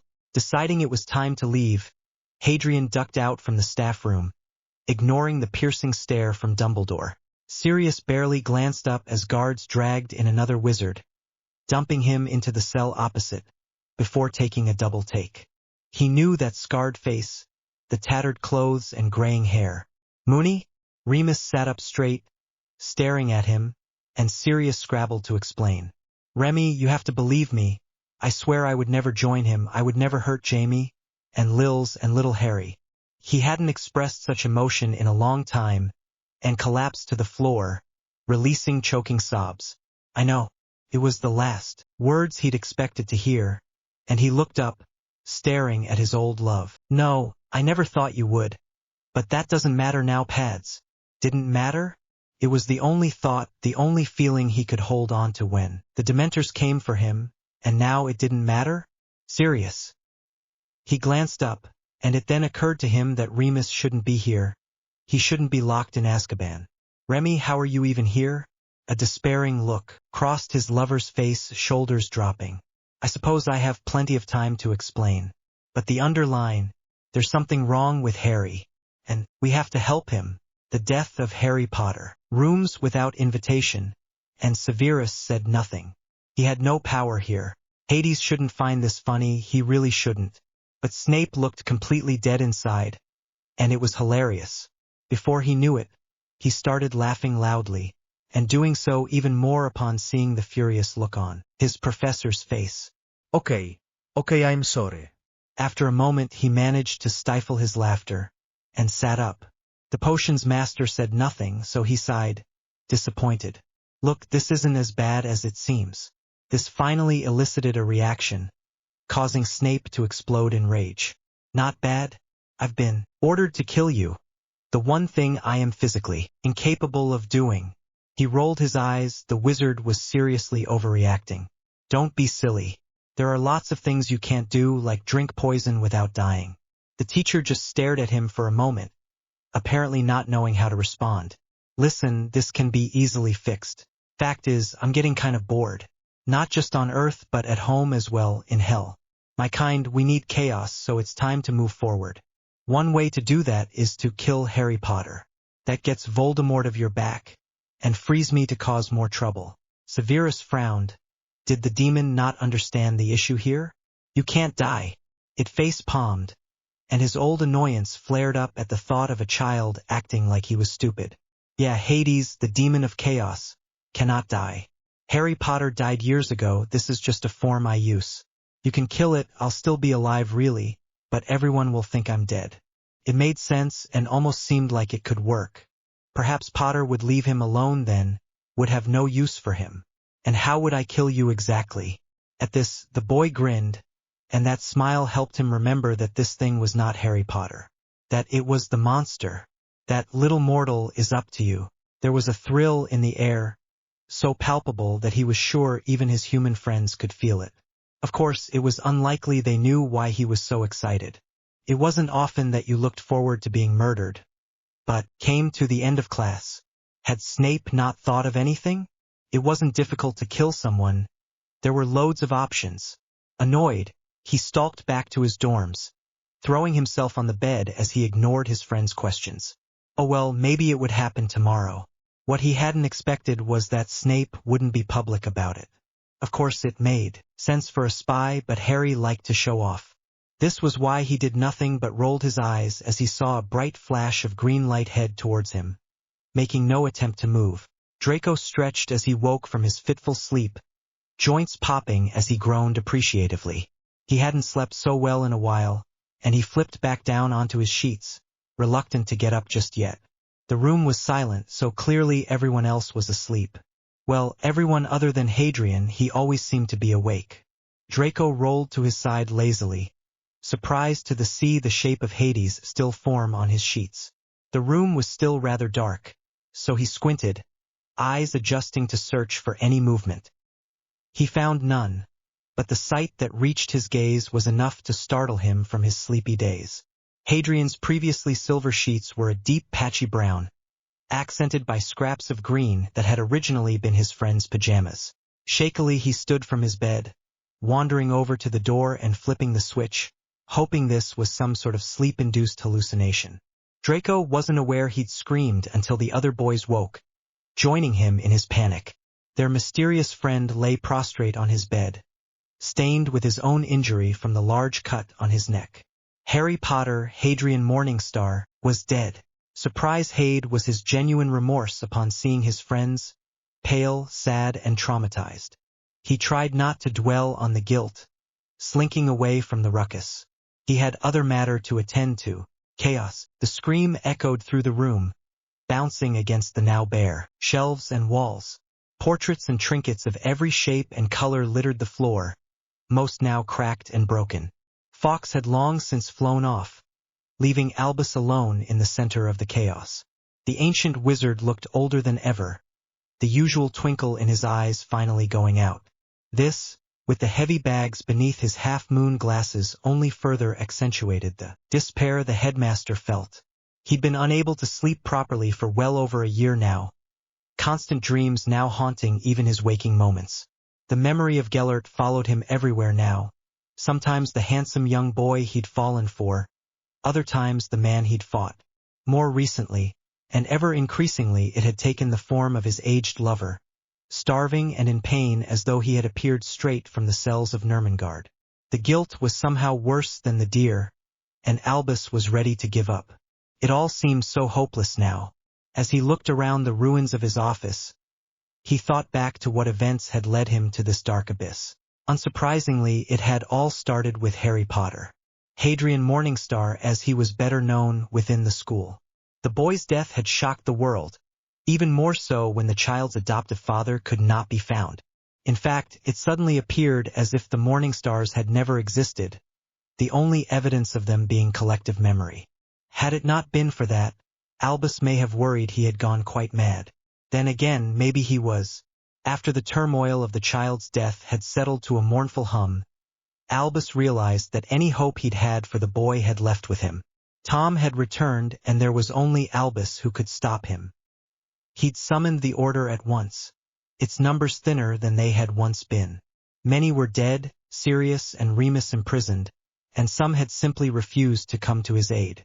Minerva did not believe that Voldemort was alive, instead claiming that Albus had lost his mind. Severus had also been suspiciously absent, and Dumbledore worried that his loyalties had changed. He, unfortunately, hadn't been able to address this, as Voldemort decided to strike immediately. People were going missing. Of course, no one could connect it to the dark, but Albus knew. Wizards of influence and power could be taken from anywhere, their homes, busy streets, quiet alleys. Alone or surrounded by people, they would step into a shadow and never be seen again. The demon was behind this, snatching anyone that opposed Tom. It was too much power for one man to have, but he always had been power-hungry, ever since Albus had met him as a child. It was only a matter of time until he was next. Albus didn't fear death. He feared the demons he would face after. Hadrian was having the time of his life. Well, not life, but it wasn't really death either. Hadrian was have a very good time. 73. That was the number of dumbass wizards he had tortured and taken under Tom's new plans, and the chaos it left behind was thrilling. The Ministry was in utter panic, not only trying to track down the missing wizards, but also hoping to keep this knowledge from the public. Thanks to Lucius Malfoy, however, Skeeter would soon find herself well informed of the situation. Of course, they would go on denying the return of the Dark Lord, even with the ramblings of Dumbledore. They wouldn't face the truth until it was too late to stop it. Occasionally he'd visit Hogwarts, watching over his friends. He was proud to say that Dumbledore seemed to be deteriorating by the day, the man looking older and more fragile than ever before. Honestly, Snape hadn't been looking any better. Despair was the only word that truly described the man's expression, and Hadrian couldn't tell if it was from guilt or fear. He had no further use for the man, but Severus didn't need to know that. Best to keep him on his toes. He released a dark chuckle at that, drawing the attention of the many fearful Death Eaters that stood before him. "Are we amusing you, Chaos?" Hadrian moved over to stand beside Tom, grinning. "Not at all, this is very serious." Voldemort smirked up at the demon, equally amused by the nervous shuffling of his followers. He'd become used to the creature's near-constant presence by now, but his Death Eaters remained as terrified as ever. He'd found that once he'd accepted this deal, he had no reason to fear the creature. A bond had formed, a friendship almost. They were both thrilled by the chaos and darkness that was growing with their actions, though for very different reasons. Each move brought Tom one step closer to his goal, the freedom of magic, and of course utter control of the magical world. Yes, they would bow down to him, every single one of them, even if it meant he would bow to this demon as well. Pain. That was all Remus could register other than the ringing in his ears. The blast had been strong enough to knock him down, and Sirius was out cold. The werewolf knew he'd been here for around 5 months, the moon and his changed being the only marker of the passage of time. He hadn't expected to be here that long, believing either the Dementors would take him, or that he would be put down. He certainly hadn't expected to ever leave the cell, but here he was, laying amongst the rubble of Azkaban's stone walls, where Death Eaters had attacked. He could just about see, through the rising dust, old Death Eaters, wizards who were never supposed to see the light of day, leaving their cells and heading towards their fellow sickos. They began to walk towards him, and he rushed over to Sirius, hurriedly shaking him awake. "Sirius, Pads, please wake up, we need to go." The man didn't move, and only then did Remus notice the trickle of injury at his temple. His friend had hit his head pretty hard, and wasn't going anywhere anytime soon. A part of him wanted to leave anyway, to abandon Sirius and escape, but any choice was taken from him by the looming shadows that fell over the pair. The last thing he saw was the grinning head mask of a Death Eater before his vision was consumed by a bright green light, leading only to nothingness. The world was going to shit. Even the Muggles were noticing. There, he was home. The heat of the fires around him was nothing compared to the warm embrace of his family, of the proud smile on his uncle's faces, the tearful joy of his father. Here they stood at the gates of hell, united, preparing to do what had not been done since the very dawn of humanity. On the other side of the river Styx, Voldemort lay waiting for a demon to come forward.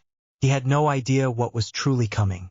With one last look at his father, he shifted back to his human form, stepping off the boat and walking towards the light. He stepped out, grinning at the shock the wizards' awaiting faces.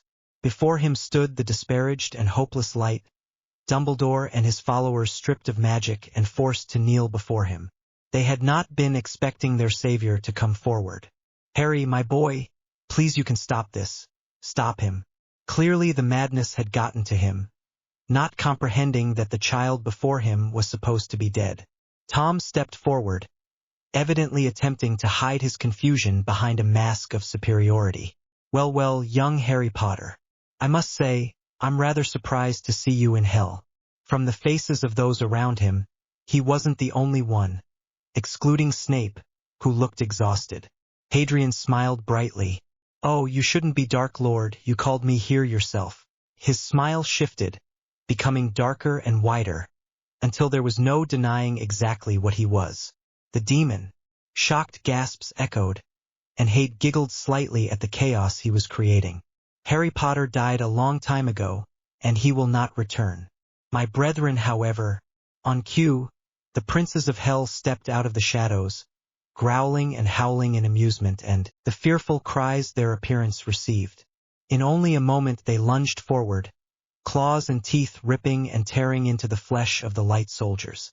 They did not stop until fresh wet injuries stained the ground red, leaving horrified Death Eaters staring. "Their suffering shall resume in hell, where they belong. All sinners belong to our kind." His words were received with worried looks and shifting glances. "We had a deal, demon. I gave you my soul, and in return you give us the war." Hadrian only nodded, still wearing the fragile, innocent form of Harry Potter, with a cruel smile so out of place. "And so I have. The world has fallen to the dark. And so it is time for my kind to rise." He didn't say another word, didn't need to, as the ground shook and cracked, flames reaching up to the now darkened sky. A swarm of demons and beasts, a gaping maw swallowing the world whole. Affectionate smile. He moved the boy's hair from his eyes, revealing a lightning scar on his forehead, a burnt pentagram on his temple. To think, this innocent young mortal would one day grow to become the king of hell, to take his rightful place in the ninth circle. Asmodeus shook his head, He was getting ahead of himself. The child was young. That could wait. For now he would rest. Soon the world would know what had come, the day they had abandoned Harry Potter.